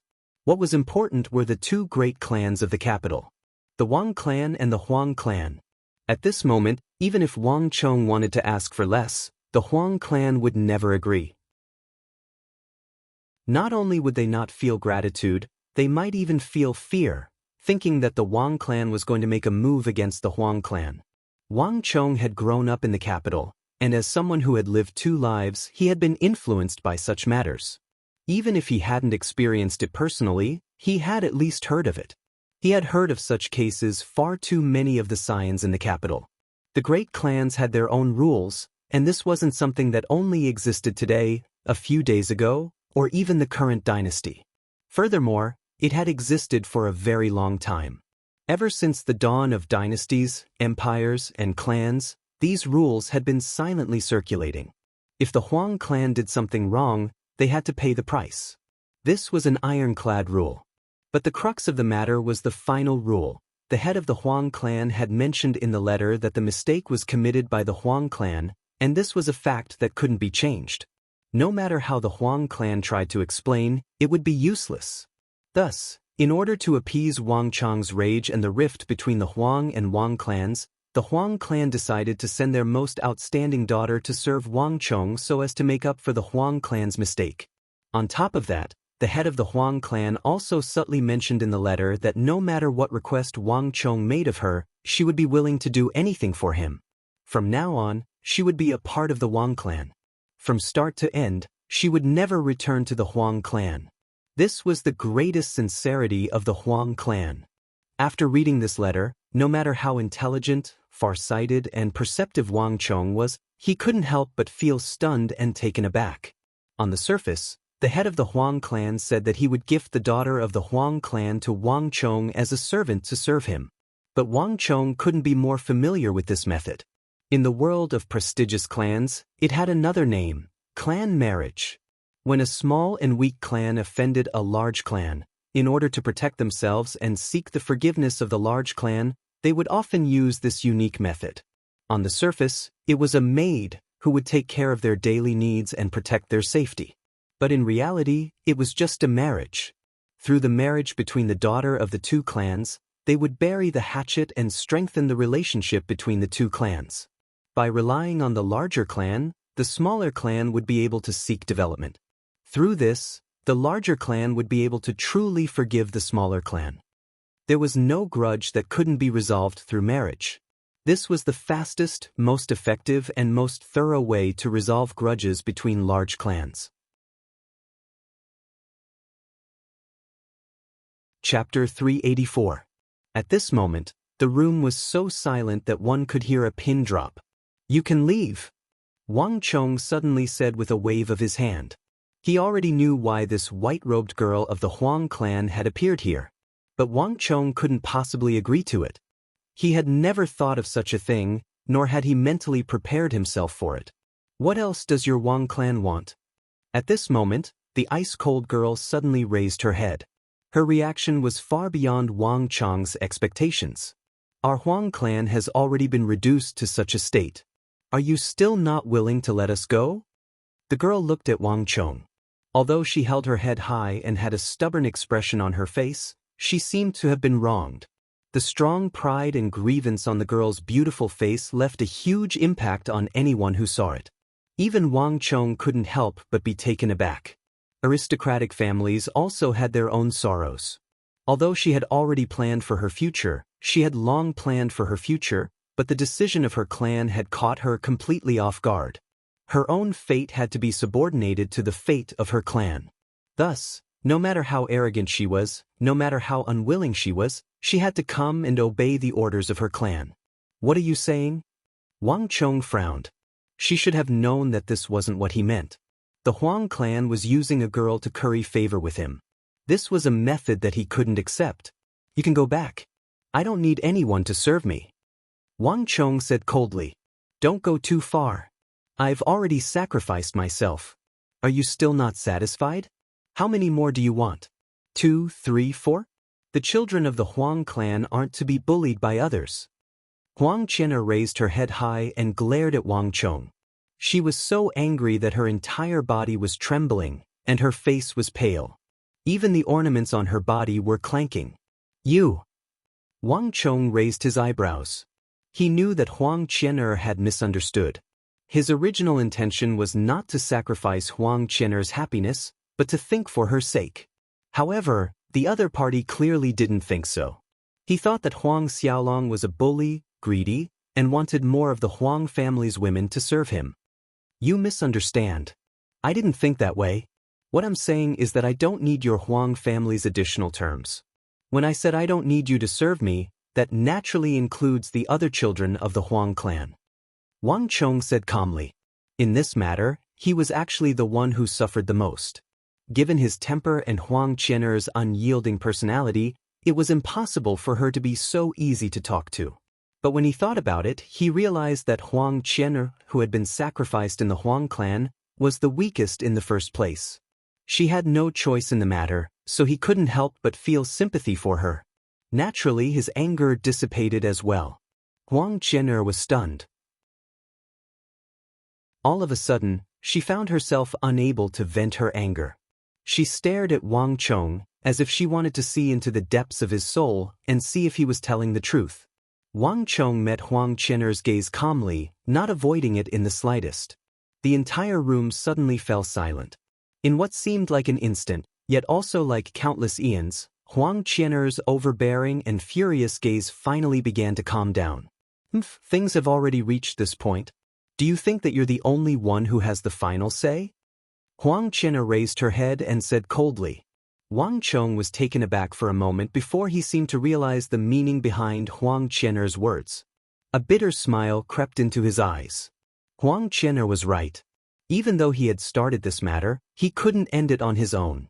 Even if his one-sided words could convince Huang Qian'er, he might not be able to convince the Huang clan. What they needed was not a few words or a one-sided statement from him, but some concrete proof that could reassure them. There was nothing else that could make the Huang family feel more at ease than this. This was better than any words or assurance. Even if Wang Chong wanted to concede now, the Huang clan wouldn't agree. Moreover, with so many great clans watching, his big uncle would likely have a different opinion. It was precisely because he understood this that Wang Chong couldn't help but smile bitterly. You're right. Things have already reached this point, and I'm no longer the only one who has the final say. Wang Chong said, Don't be too smug. No matter what, you won't succeed. I, Huang Qian'er, will never submit. Huang Qian'er glared at Wang Chong and said coldly, It seems like you're very unconvinced? Seeing Huang Qian'er's furious expression, Wang Chong suddenly laughed. Unlike Huang Qian'er, Wang Chong wasn't the kind of person to wallow in self-pity. Since he understood that this matter could no longer be changed, at least from the Huang clan's point of view, Wang Chong very calmly accepted this reality. Even though it seemed impossible to send Huang Qian'er back at the moment, he could at least control what would happen next. As long as he didn't accept, the marriage between the Wang and Huang clan would be impossible. He would just treat it as having a personal maid or maid by his side to protect him. Even though he wasn't used to it, there was still a process of getting used to it. As long as he was magnanimous, it wouldn't matter. Huang Qian'er had no idea what Wang Chong was thinking. Wang Chong's smile was incomparably detestable in her eyes. The Wang clan is a clan of ministers and generals. What kind of ability is it to bully our Huang clan by relying on their power and status? Huang Qian'er's expression was cold, and the corners of her lips curled up slightly. Her voice was full of ridicule. That's right. The superior Wang clan didn't bully the Huang clan, but the oppressed Huang clan plotted against the Wang clan. What do you think about this? Wang Chong sneered. Huang Qian'er's expression froze, and she suddenly found herself at a loss for words. The Huang clan only failed in their ploy. If not for my luck, I would have escaped this calamity. I'm afraid that your Huang clan has already hooked up with King Qi and the Yao clan. Now, at most, he will fail the mission and be abandoned by the Yao clan and King Qi. So you're saying that your Huang clan is wronged, while my Wang clan and I are fated to die. Wang Chong blushed. Huang Qian'er's lips parted, but she was rendered speechless once more. You're just twisting the facts. This was all Huang Yongtu's idea. Why should our Huang clan bear the burden for him? Huang Qian'er retorted indignantly. Of course, this is just the excuse of your Huang clan head. But if Huang Yongtu succeeds, even if it was his decision alone, the entire Huang clan would have unhesitatingly hooked up with the Yao clan and King Qi. Wang Chong held his hands behind his back and smiled. Huang Qian'er fell silent. Although she wanted to deny it, Huang Qian'er had no choice but to admit that if Wang Chong had really been assassinated, then what Wang Chong had said was not just a possibility, but a certainty. The standpoint of a great clan was bound to follow its own interests. If Huang Yongtu had succeeded in assassinating Wang Chong, then no matter what the Huang clan's original standpoint was, they would definitely disregard everything else to hook up with the Yao clan and King Qi. This was the nature of the great clans. The winner is king, and the loser is in the wrong. So, there's no need to make the Huang clan sound so wronged. Wang Chong said calmly. The room fell silent. Huang Qiannu, who had been extremely indignant a moment ago, was speechless. The winner was king, and the strong preyed on the weak. This was the simplest and most realistic rule among the great clans. Wang Chong was merely stating it out loud. Even Huang Yongtu might not have done it entirely for himself. Most likely, it was for the sake of his clan as well. After all, if the assassination were to succeed, the Huang clan would be the greatest beneficiary. You're letting Huang Yongtu off just like that? A few days later, at Jushin Pavilion. Upon learning of the Huang clan's outcome, Bai Xiling felt indignant on Wang Chong's behalf. I also thought that you would have the Huang clan get rid of Huang Yongtu. Su Gan sipped on his tea as he spoke. His expression was calm, as if he was speaking of something unimportant. In truth, he was the closest to Huang Yongtu on the journey to the west. The two of them had formed an alliance, working together to deal with Wang Chong. But at this moment, Su Gan had no intention of pleading on Huang Yongtu's behalf. This wasn't because he was cold-blooded, but this was how the great clans dealt with matters. What Huang Yongtu had done was not as simple as a round of humiliation, a round of abuse, provocation, or a private frame-up. If not for Wang Chong's quick reflexes, digging a hole for himself and hiding deep underground, he would have been dead long ago. Even the Su family would not let Huang Yongtu off, let alone a family of generals and ministers like the Wang family. Huang Yongtu's death was just the most basic part of the deal. Regardless of whether it was for the reputation of the clan or for himself, Huang Yongtu had to die. Regardless of which clan it was, this was how they dealt with the matter. Otherwise, it would be equivalent to encouraging others to assassinate their own clan. As such, the duo was surprised to hear that Wang Chong had spared Huang Yongtu. Indeed, I could have killed him. Wang Chong replied calmly.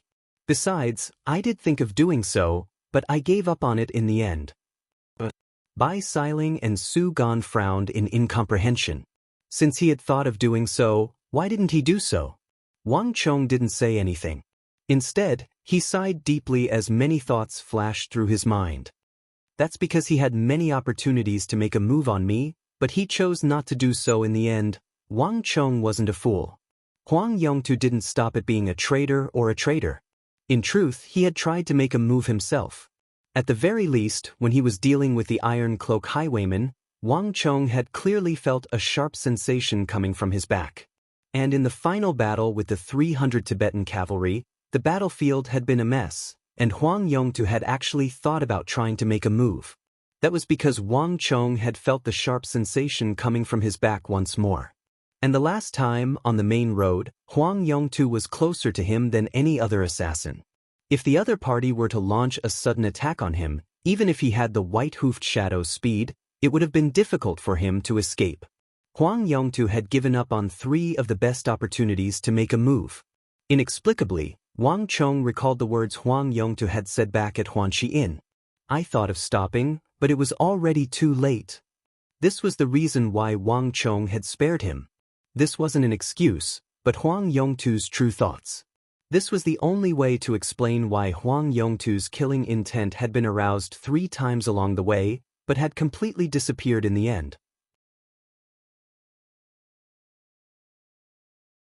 Chapter 385. After hearing the entire story, Bai Xiling and Su Gan couldn't help but sigh. If it weren't for Wang Chong's explanation, the two of them obviously wouldn't have known about it.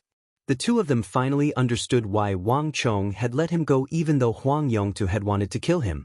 Huang Yongtu saved himself. Su Gan sighed. But you're not bad yourself. Bai Xiling suddenly laughed. She looked at Wang Chong with a mocking expression. They let Huang Yongtu go, but won a delicate beauty from the Huang family. Ha! Hearing Bai Xiling's words, Su Gan burst into laughter. The news that the Huang clan had sent a favored child to the Wang clan to serve Wang Chong had spread like wildfire in the capital and was no longer a secret.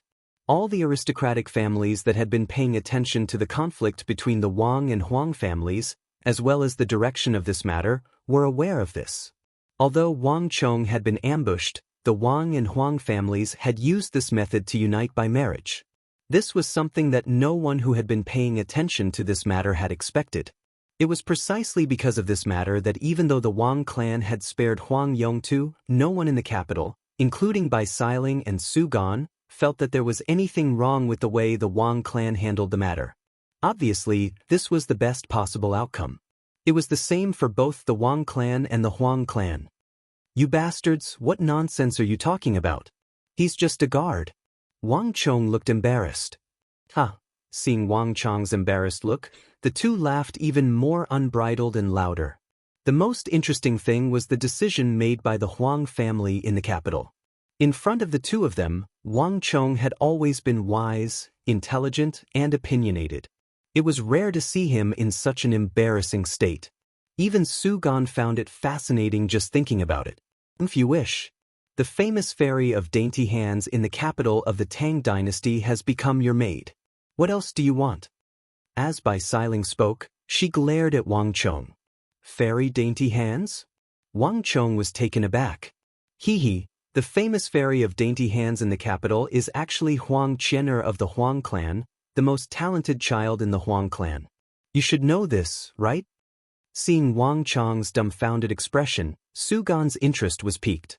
The capital's Huang clan couldn't compare to the Wang clan, but the Huang clan was still a major clan in the capital.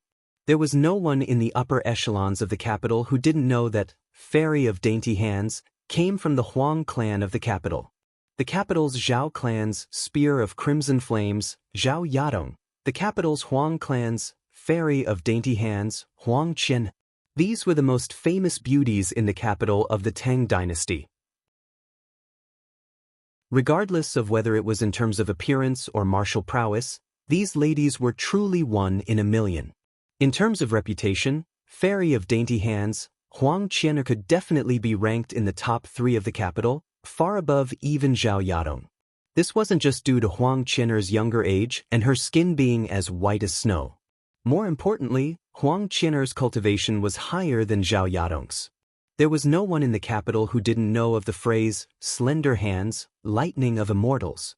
Even though the Zhao clan's Spear of Crimson Flames was famous, it was still a far cry from the Huang clan's lightning of dainty hands.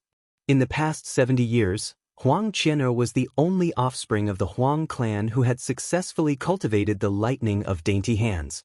"It's her!" Wang Chong's heart jolted in shock. Never in his wildest dreams could he have imagined that the Huang Qianer who had appeared by his bedside early in the morning would be the famous Fairy of Dainty Hands in the capital. In his previous life, Wang Chong had never been able to sneak into the ranks of scions like Su Gan and Bai Xiling. Thus, Wang Chong had never come into contact with many of the common knowledge that these scions of the great clans were familiar with. Or perhaps it could be said that he only had a smattering of knowledge. Furthermore, when Huang Qianer entered the room, she was carrying a silver sword on her back. As such, Wang Chong thought that she specialized in swordsmanship, so he didn't associate her with the famous Fairy of Dainty Hands.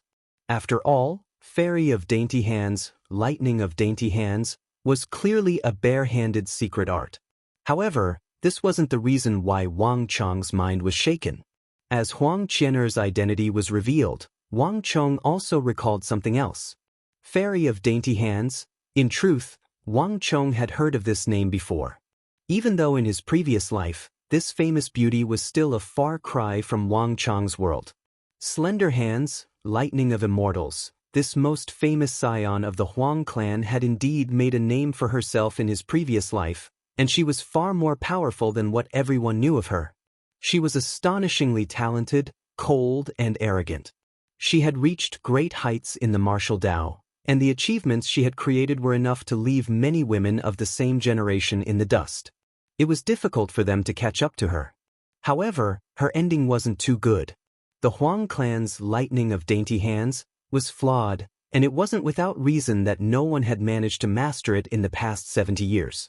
Huang Qianer's forceful mastery of the technique left behind a huge flaw.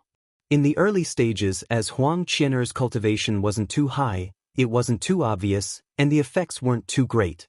However, as Huang Qianer's cultivation grew, the more severe this flaw became. In the end, the Fairy of Dainty Hands, whose fame had spread throughout the capital, came to an early end at the age of 27. Her fall was just like her rise. Both happened so quickly and abruptly. Although Wang Chong hadn't met the Fairy of Dainty Hands in his last life, Wang Chong had heard of her tragic ending. He felt a deep sense of regret. But Wang Chong hadn't expected the Fairy of Dainty Hands to be Huang Qian'er and for the Huang clan to send her to him. This was truly fate toying with them, and it caused them to be extremely astounded. In this ambush, not only did you get a great bargain from the Huang clan, you even won a beauty. You must be very happy, right? Bai Xiling had been staring at Wang Chong this entire time, and seeing that he was sitting on the other side of the table in a daze, she said in displeasure, "I'm not." Wang Chong didn't know whether to laugh or cry at the cold expression on Bai Xiling's face. What in the world was going on? What he was thinking was completely different from what Bai Xiling had said. Su Gan chuckled inwardly. Even a fool could see the jealousy in Bai Xiling's heart, let alone him. "Xiling, Wang Chong, I still have some matters to attend to, so I'll be leaving first. You two continue chatting." Su Gan flung his sleeves and stood up, feigning nonchalance. He wasn't so foolish as to squeeze between the two of them at this moment. "If you want to chat, you two can chat.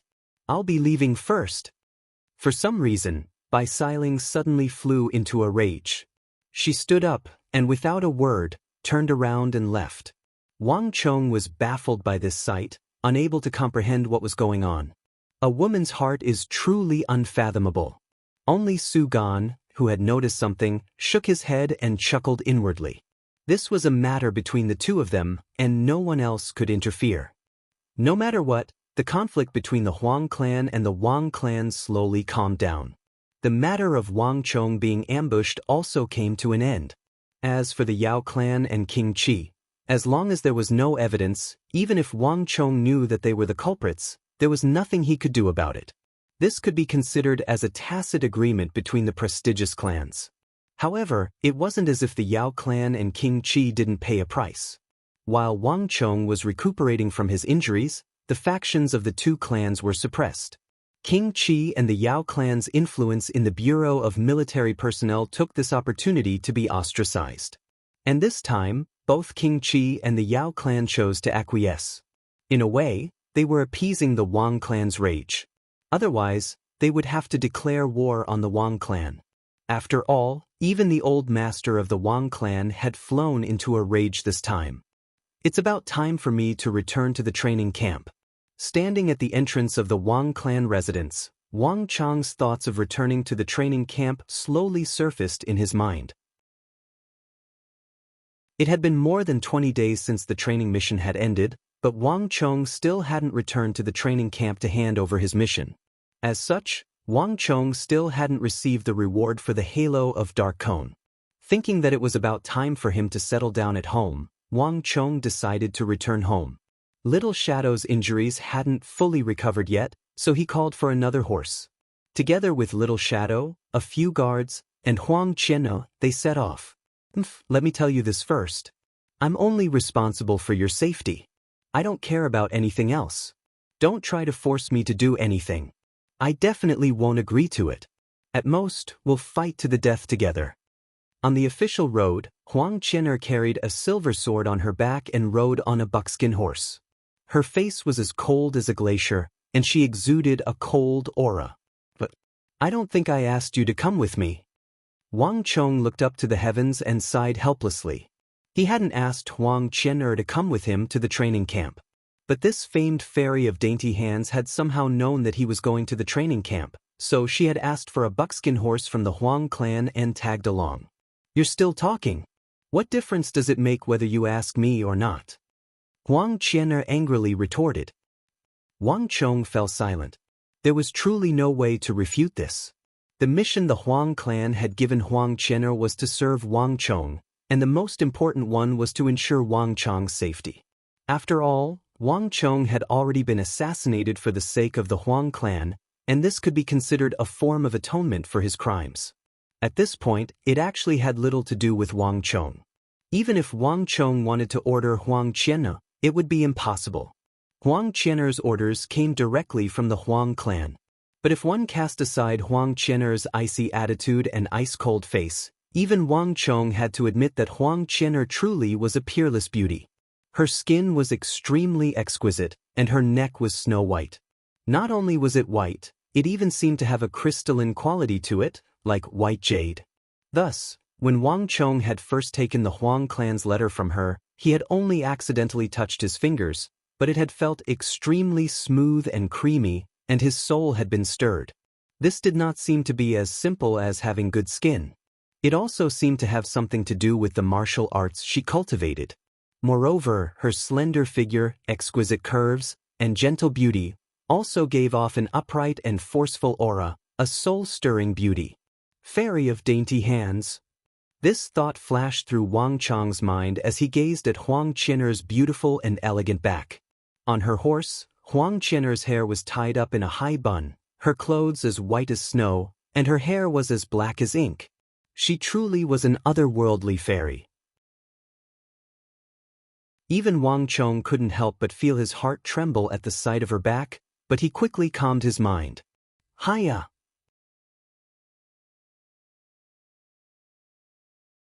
Chapter 386. 15 li later, the lush green mountains brought them into the vicinity of the Kunwu training camp. Huang Qian'er was not allowed to enter the training camp. Thus, Wang Chong intended to bring her to the Deflecting Blade Manor. East of White Tiger Peak, east of the training camp, a magnificent building with overhanging eaves stood on the peak of the mountain.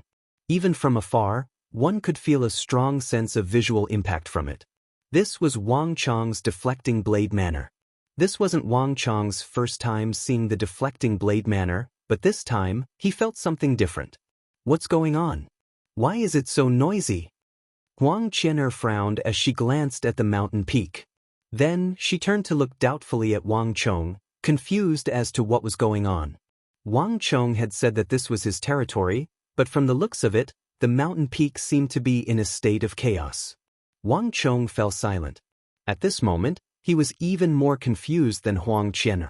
Deflecting Blade Manor was his private territory. Not only so, the entire mountain was his private territory. Without his permission, no one else was allowed to enter. This was especially so after Deflecting Blade Manor had built up a great reputation in Shunwei, Longwei, and Kunwu. Furthermore, he had left Deflecting Blade Manor to Wei Anfang, and he had others assisting him from the side. Everything had always been in order, so why was there a huge commotion at the top of the mountain? What's going on here? Wang Chong urged his steed forward, leading the way up the mountain. The closer they got to the mountain peak, the louder the commotion became. Amidst all the commotion, there was a coarse, thunderous voice that was particularly loud. The other voice that was arguing with it was cold, arrogant, and filled with a sense of superiority. It exuded an aura of superiority, and it could even be said to be overbearing. However, in the face of that rough voice that was like thunder, it seemed to be completely useless. Princess Enai Huang? Wang Chong frowned. He could tell that the second voice belonged to a young lady, and it was Wang Chong's nemesis, Princess Enai Huang. As for the first voice, Wang Chong had never heard it before. Moreover, Wang Chong was certain that there was no such person on Deflecting Blade Mountain. What the hell is going on? Wang Chong was getting more and more confused. The first voice was clearly that of a troublemaker, but Wang Chong was truly surprised that Princess Enai Huang would help the Deflecting Blade Manor. Gallop! Gallop! Wang Chong urged his horse forward. In front of the mountain gate of Deflecting Blade Manor, a commotion broke out. Everyone was focused on those two, and no one noticed Wang Chong and Huang Qian'er, except for one person. Young master? Nie Yan's eyes lit up as he looked down the mountain in surprise. Standing at the side of Deflecting Blade Manor, he noticed that someone was approaching. He had only taken a casual glance, but to his surprise, it was actually Wang Chong. Without the slightest hesitation, Nie Yan turned around and galloped toward Wang Chong, as though he had found his savior. Young master, you're finally here. I'll call Gao Feng and Wei Anfang over. Nie Yan rushed up to Wang Chong's horse with a delighted look on his face. Calm down. Wang Chong waved his hands to stop Nye Yen. Tell me what's going on first. How did the deflecting blade manor end up in such a state? Honestly speaking, Wang Chong was a little disappointed that the deflecting blade manor had fallen into such a state during his absence. Nye Yen was taken aback. He scratched his head awkwardly. Actually, we don't know either. Around 2 days ago, a fellow suddenly appeared at the foot of the mountain. His strength and physique are inconceivably powerful. As soon as he arrived, he said that he wanted to meet young master, and his mouth was filled with vulgarities. A few of our brothers in the courtyard couldn't stand by and fought him, but they weren't a match for him at all. Even if all of us worked together, we still couldn't defeat him. We already told him that you're out on a mission, and we told him to come back in a while. But he just refused to leave.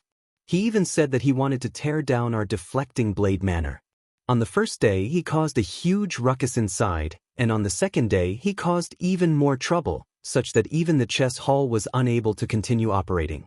Today, he's gambling on the gates, unable to enter or leave. I've reported this matter to Brother Zhao Jingdian, and he came to take a look.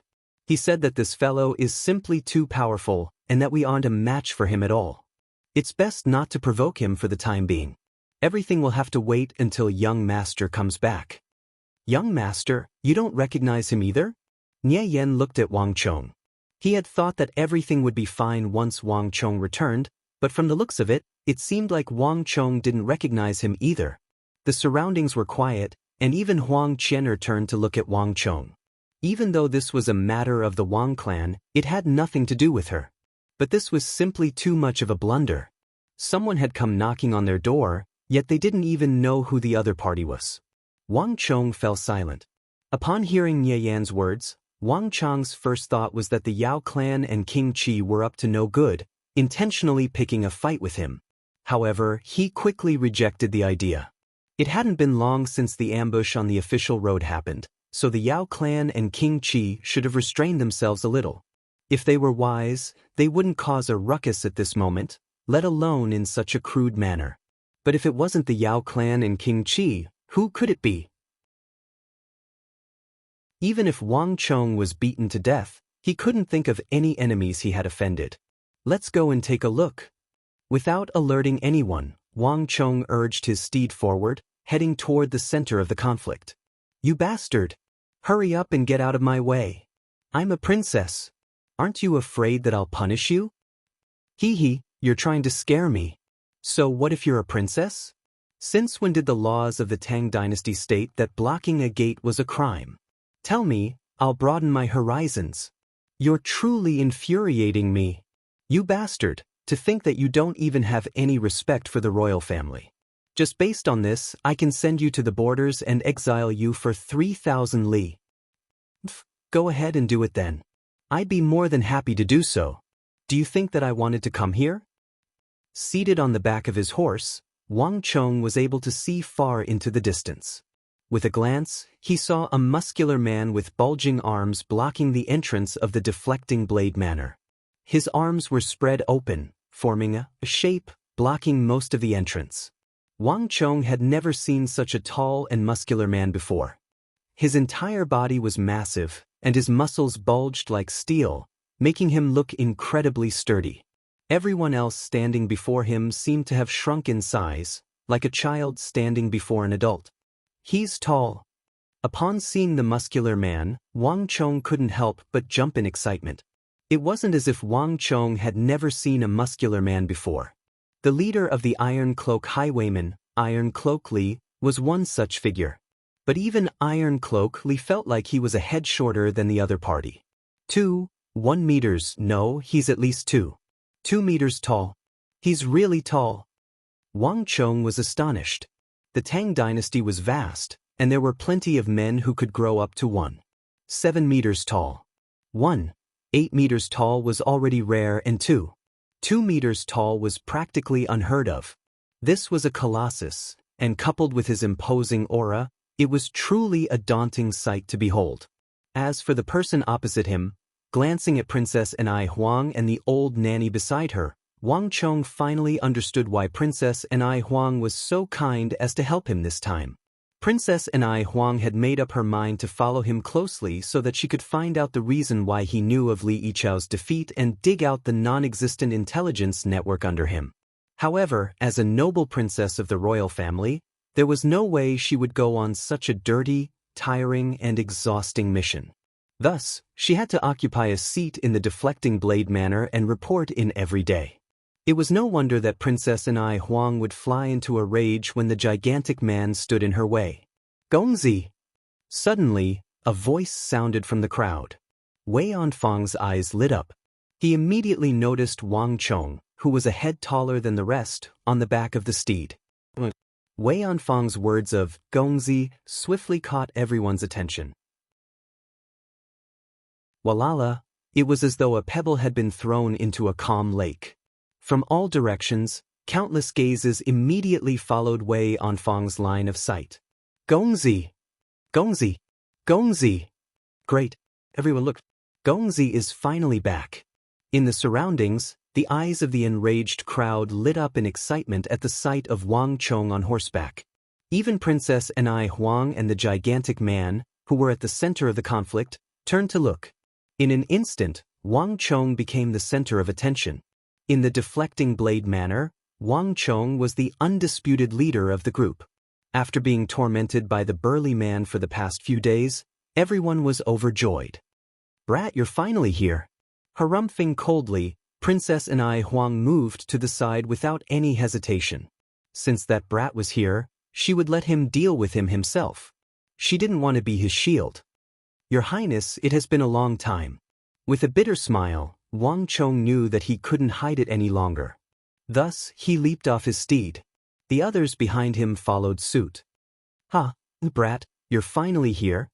At the same time, a thunderous voice echoed. At the entrance of the deflecting blade manor, the eyes of the gigantic man lit up. He left the entrance and strode toward Wang Chong. What? Seeing the burly man walk over, the surrounding crowd hurriedly retreated as if they had encountered the plague. In the past 3 days in the deflecting blade manor, they had come to understand how formidable the burly man was. When a group of people went up, none of them were a match for him. None of them were a match for him. Every single one of them had been beaten black and blue. Seeing him walk over, no one dared to stop him. A moment later, the crowd opened up a path for Wang Chong. Hee, you must be Wang Chong, right? I don't care which clan you come from. Since you transferred me here from the northwest, I won't let you off. I, Li Sai, will never serve as a dog slave for scions like you.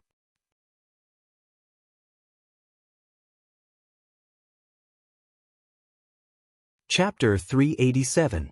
This grab was as powerful as lightning and fire. Stop! In a flash, a white figure suddenly appeared between Wang Chong and the burly man. A slender finger, transparent as jade, shot forth with a boom, blocking the burly man's attack. Boom! A violent gale blew, sending shockwaves into the surroundings. Everyone was forced back, unable to open their eyes. Huang Qian'er's face paled. She staggered several steps back, her chest heaving rapidly. On the other hand, the burly man was as steady as a boulder. I've underestimated you. I didn't expect you to be so capable. Take another palm from me. The burly man exclaimed in surprise. Realizing that he had underestimated Huang Qian'er, he finally began to take her seriously. Boom! There was a flash of light, and a massive palm, accompanied by bursts of lightning, reached for Huang Qian'er once more. This grab was completely different from before. The 5 fingers exuded an aura that could topple mountains and overturn seas. It was impossible to block it. This was no longer the strength of a true martial realm cultivator. In the entire 3 great training camps, there were probably only a few people who could stop it. Stop! Seeing Huang Qian'er's pale face, but still standing before him with her lips tightly pursed, showing no intention of moving aside, Wang Chong finally couldn't help but shout. All of the explosive aura came to an abrupt halt, and the majestic palm that was as heavy as a mountain also stopped a foot above Huang Qian'er's head. The crowd gasped. The burly man's attack was simply too powerful. That earth-shattering, mountain-toppling aura was like a boulder crushing down on everyone, leaving them breathless. Over the past few days, No one had dared to approach deflecting blade manner. Lad, what tricks are you trying to pull? The burly man harumphed coldly and retracted his palm. His eyes glowed like stars as he stared at Wang Chong with hostility. He was currently filled with rage. His life's work had been ruined by a little bastard from the capital.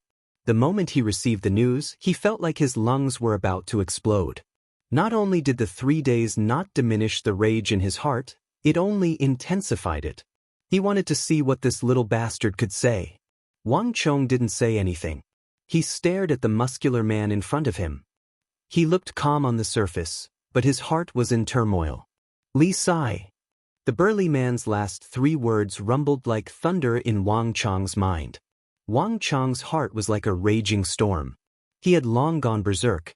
Invincible great general Li Sai. Wang Chong could never have imagined that the man who had caused a ruckus at the entrance of his deflecting blade manor with a belly full of rage and an unfriendly expression on his face was actually the invincible great general Li Sai he had been waiting for. In the history of the empire, there were only a handful of people who could become great generals. To be able to sit in the position of great general, most of them had to be proficient in the art of war. It was impossible to become a great general just by relying on one's martial prowess, except for the burly Li Sai, whose eyes were spitting fire and looked like he was raging to the heavens. In the entire history of the Tang dynasty, he was the only person who had become a great general through his martial prowess, an existence who could stand on equal footing with Fomin Linta, Gao Xianji, Geshu Han, Wang Zhongxi, Zhang Shogui, and Zhangqiu Jianqiong. In the history of the empire, the former was clearly inferior to the great generals, protector generals, and protector generals who came after him. But he truly was one of the supreme great generals of the empire. Li Sai's martial prowess had already surpassed the limits of an individual's martial prowess or pure martial arts cultivation. His martial prowess had already reached a level where he could single-handedly stabilize the morale of the army and reverse the tides of the battle. As long as Li Sai is alive, the empire is alive. As long as Li Sai is alive, the empire will not perish. His roars resounded over the battlefield, causing even the enemy to tremble in fear, their voices deafening. The place where Li Sai stood was the anchor of the army. No matter how powerful the opponent, no matter how desperate the battle, the army led by Li Sai would always be the cornerstone of the army. The army that followed him was like a fierce tiger, like a dragon. The army that he led would always be the anchor of the army, the final fortress, the final hope. In the history of the empire, there had never been a person like him, using his own martial prowess to raise the morale of the army and turn all the soldiers who followed him into the most valiant and unstoppable warriors. His martial prowess had reached such a level that he could reverse the tides of defeat time and time again, changing the course of the battle and creating miraculous victories in the eyes of outsiders. This was the origin of his royal title of Supreme General of Magical Powers. Li Sai didn't know much about the art of war, but he was so powerful that he could ignore any art of war and crush his opponents head-on as a righteous master. In Wang Chong's memory, even the most valiant enemy and the most invincible opponent would shrink back in fear of the invincible great general of the empire. In Wang Chong's plan to reshape the empire, Li Sai was definitely the general that Wang Chong wanted the most. Wang Chong had even thought of recruiting Li Sai through the Ministry of War through the King of Song. From this, one could see how highly Wang Chong regarded him. However, Wang Chong had never expected that the future invincible great general would appear in front of him in such a way. Although the reputation of the invincible great general had long been well known in his previous life, this was the first time that Wang Chong had seen a figure of this level in real life. I didn't expect that the King of Song would really transfer him over for me. Wang Chong's mind was in turmoil. In this regard, the King of Song really didn't tell him any news in advance. It was really a big surprise. As he stared at the furious face of the future invincible great general, Wang Chong only needed a few thoughts to understand what was going on. Li Sai was a natural-born warrior who was truly born for battle. In his heart, there was endless retribution. In the first half of his life, he was practically a nobody. He had been diligently training and accumulating his strength. As for the second half of his life, his ambition was to show off his skills at the borders of the empire. In the Eastern Han Dynasty, Ban Chao once said, "Even if the great emperor dies, he dies. How can he be trapped between blades and pens?" Only then did he resolutely pledge his allegiance to the borders and conquer the western regions, creating a great reputation for himself. Only then did the story of throwing away the pen and joining the army appear. In the new dynasty, Ma Yuan also had a great ambition. A man should die of old age in the wilderness. How can he die of old age in bed? Throughout his life, he fought at the borders and served the imperial court. In the end, he died in the army, fulfilling his life's ambition. Li Sai's ambition was to learn from these senior statesmen, pledge his allegiance to the borders, establish meritorious service, and show off his ambitions and skills. The country is in danger. Please start from scratch. When the Tang dynasty declined, the mountains and rivers were destroyed, and the central continent was destroyed. Wang Chong would always remember these words said by the invincible great general in the last moments of his life. Throughout his life, he did everything he could to serve the country and save this shattered Central Earth. Before the true darkness came, he was the last ray of light in this world. His final fall symbolized the final collapse of the empire, just like his vow. During the period when he was wandering around, Wang Chong had never seen the invincible great general. However, Wang Chong would always remember this person. He also remembered the words that came from the bottom of his heart and were filled with worry. This was a true soldier. He used his own actions to fulfill his life's ideals and retribution until his death. There were few people that Wang Chong admired, but this invincible great general had used his entire life to win Wang Chong's heartfelt respect. A large part of the reason why Wang Chong had the King of Song transfer him to his side through the Bureau of Military Personnel was also out of respect and admiration. Looking at the muscular man before him, that figure appeared in Wang Chong's mind once more. The two figures seemed to fuse together, and Wang Chong couldn't help but sigh. He probably doesn't know anything at the moment. Wang Chong sighed. Li Sai's ambition was to enter the western regions, fight on the battlefields, and make a name for himself. Yet, with a single transfer order, he had been transferred to the capital, a place of luxury. This was the complete opposite of his ambitions, and it was no wonder that he was so furious and hostile. To be filled with hostility right from the start, this future invincible great general wasn't as easy to recruit as Wang Chong had imagined. "You've misunderstood." Wang Chong suddenly spoke, his voice extremely calm, exuding an aura of extreme confidence. "I didn't summon you here to make you a servant, nor did I have any intention of making you my hired thug. Rest assured, I won't order you around, and I won't order you around. In my life, I've always liked warriors like you. General's ambition is the battlefield, and your intention is the western regions. But on the battlefield, how can a person like you not have a few weapons and equipment that you can use? I summoned you here because I admire your reputation and wish to bestow you with some good fortune." "Hey, brat, what nonsense are you spouting in front of me? Do you think I'm a 3-year-old child? What doesn't the army have? What equipment do I need from you?" The 2-meter-tall Li Sai angrily laughed. To him, Wang Chong's words were a joke. Trying to fool him with such a reason was laughable. It would be strange if he believed him. "Ha!" Wang Chong grinned, not getting angry and calmly responding. "General, have you heard of Wuzi steel? What Wuzi steel or hazel steel? Don't try to fool me." Li Sai swung his arm impatiently. He didn't have a good impression of this young man. "Ha!" Hearing Li Sai's words, the expressions of the crowd immediately changed, and a few of them even began to laugh mockingly. In the current capital, there wasn't a single person who didn't know of Wuzi steel. For Li Sai to say something like Wuzi steel or hazel steel, it was clear that he was ignorant and thought that Wang Chong was deceiving him. The crowd had suffered enough at the hands of Li Sai over the past 3 days, so how could they let go of this opportunity to mock him? A few of them had looks of disdain on their faces. Relying on his strength, this bastard had left them in the dust for the past few days. The crowd was actually blocked outside the gates, unable to enter the deflecting blade manor. You're tuning in to the Passion Pages YouTube channel. We're so grateful for your support, and don't forget to subscribe to join us on this incredible journey through captivating stories.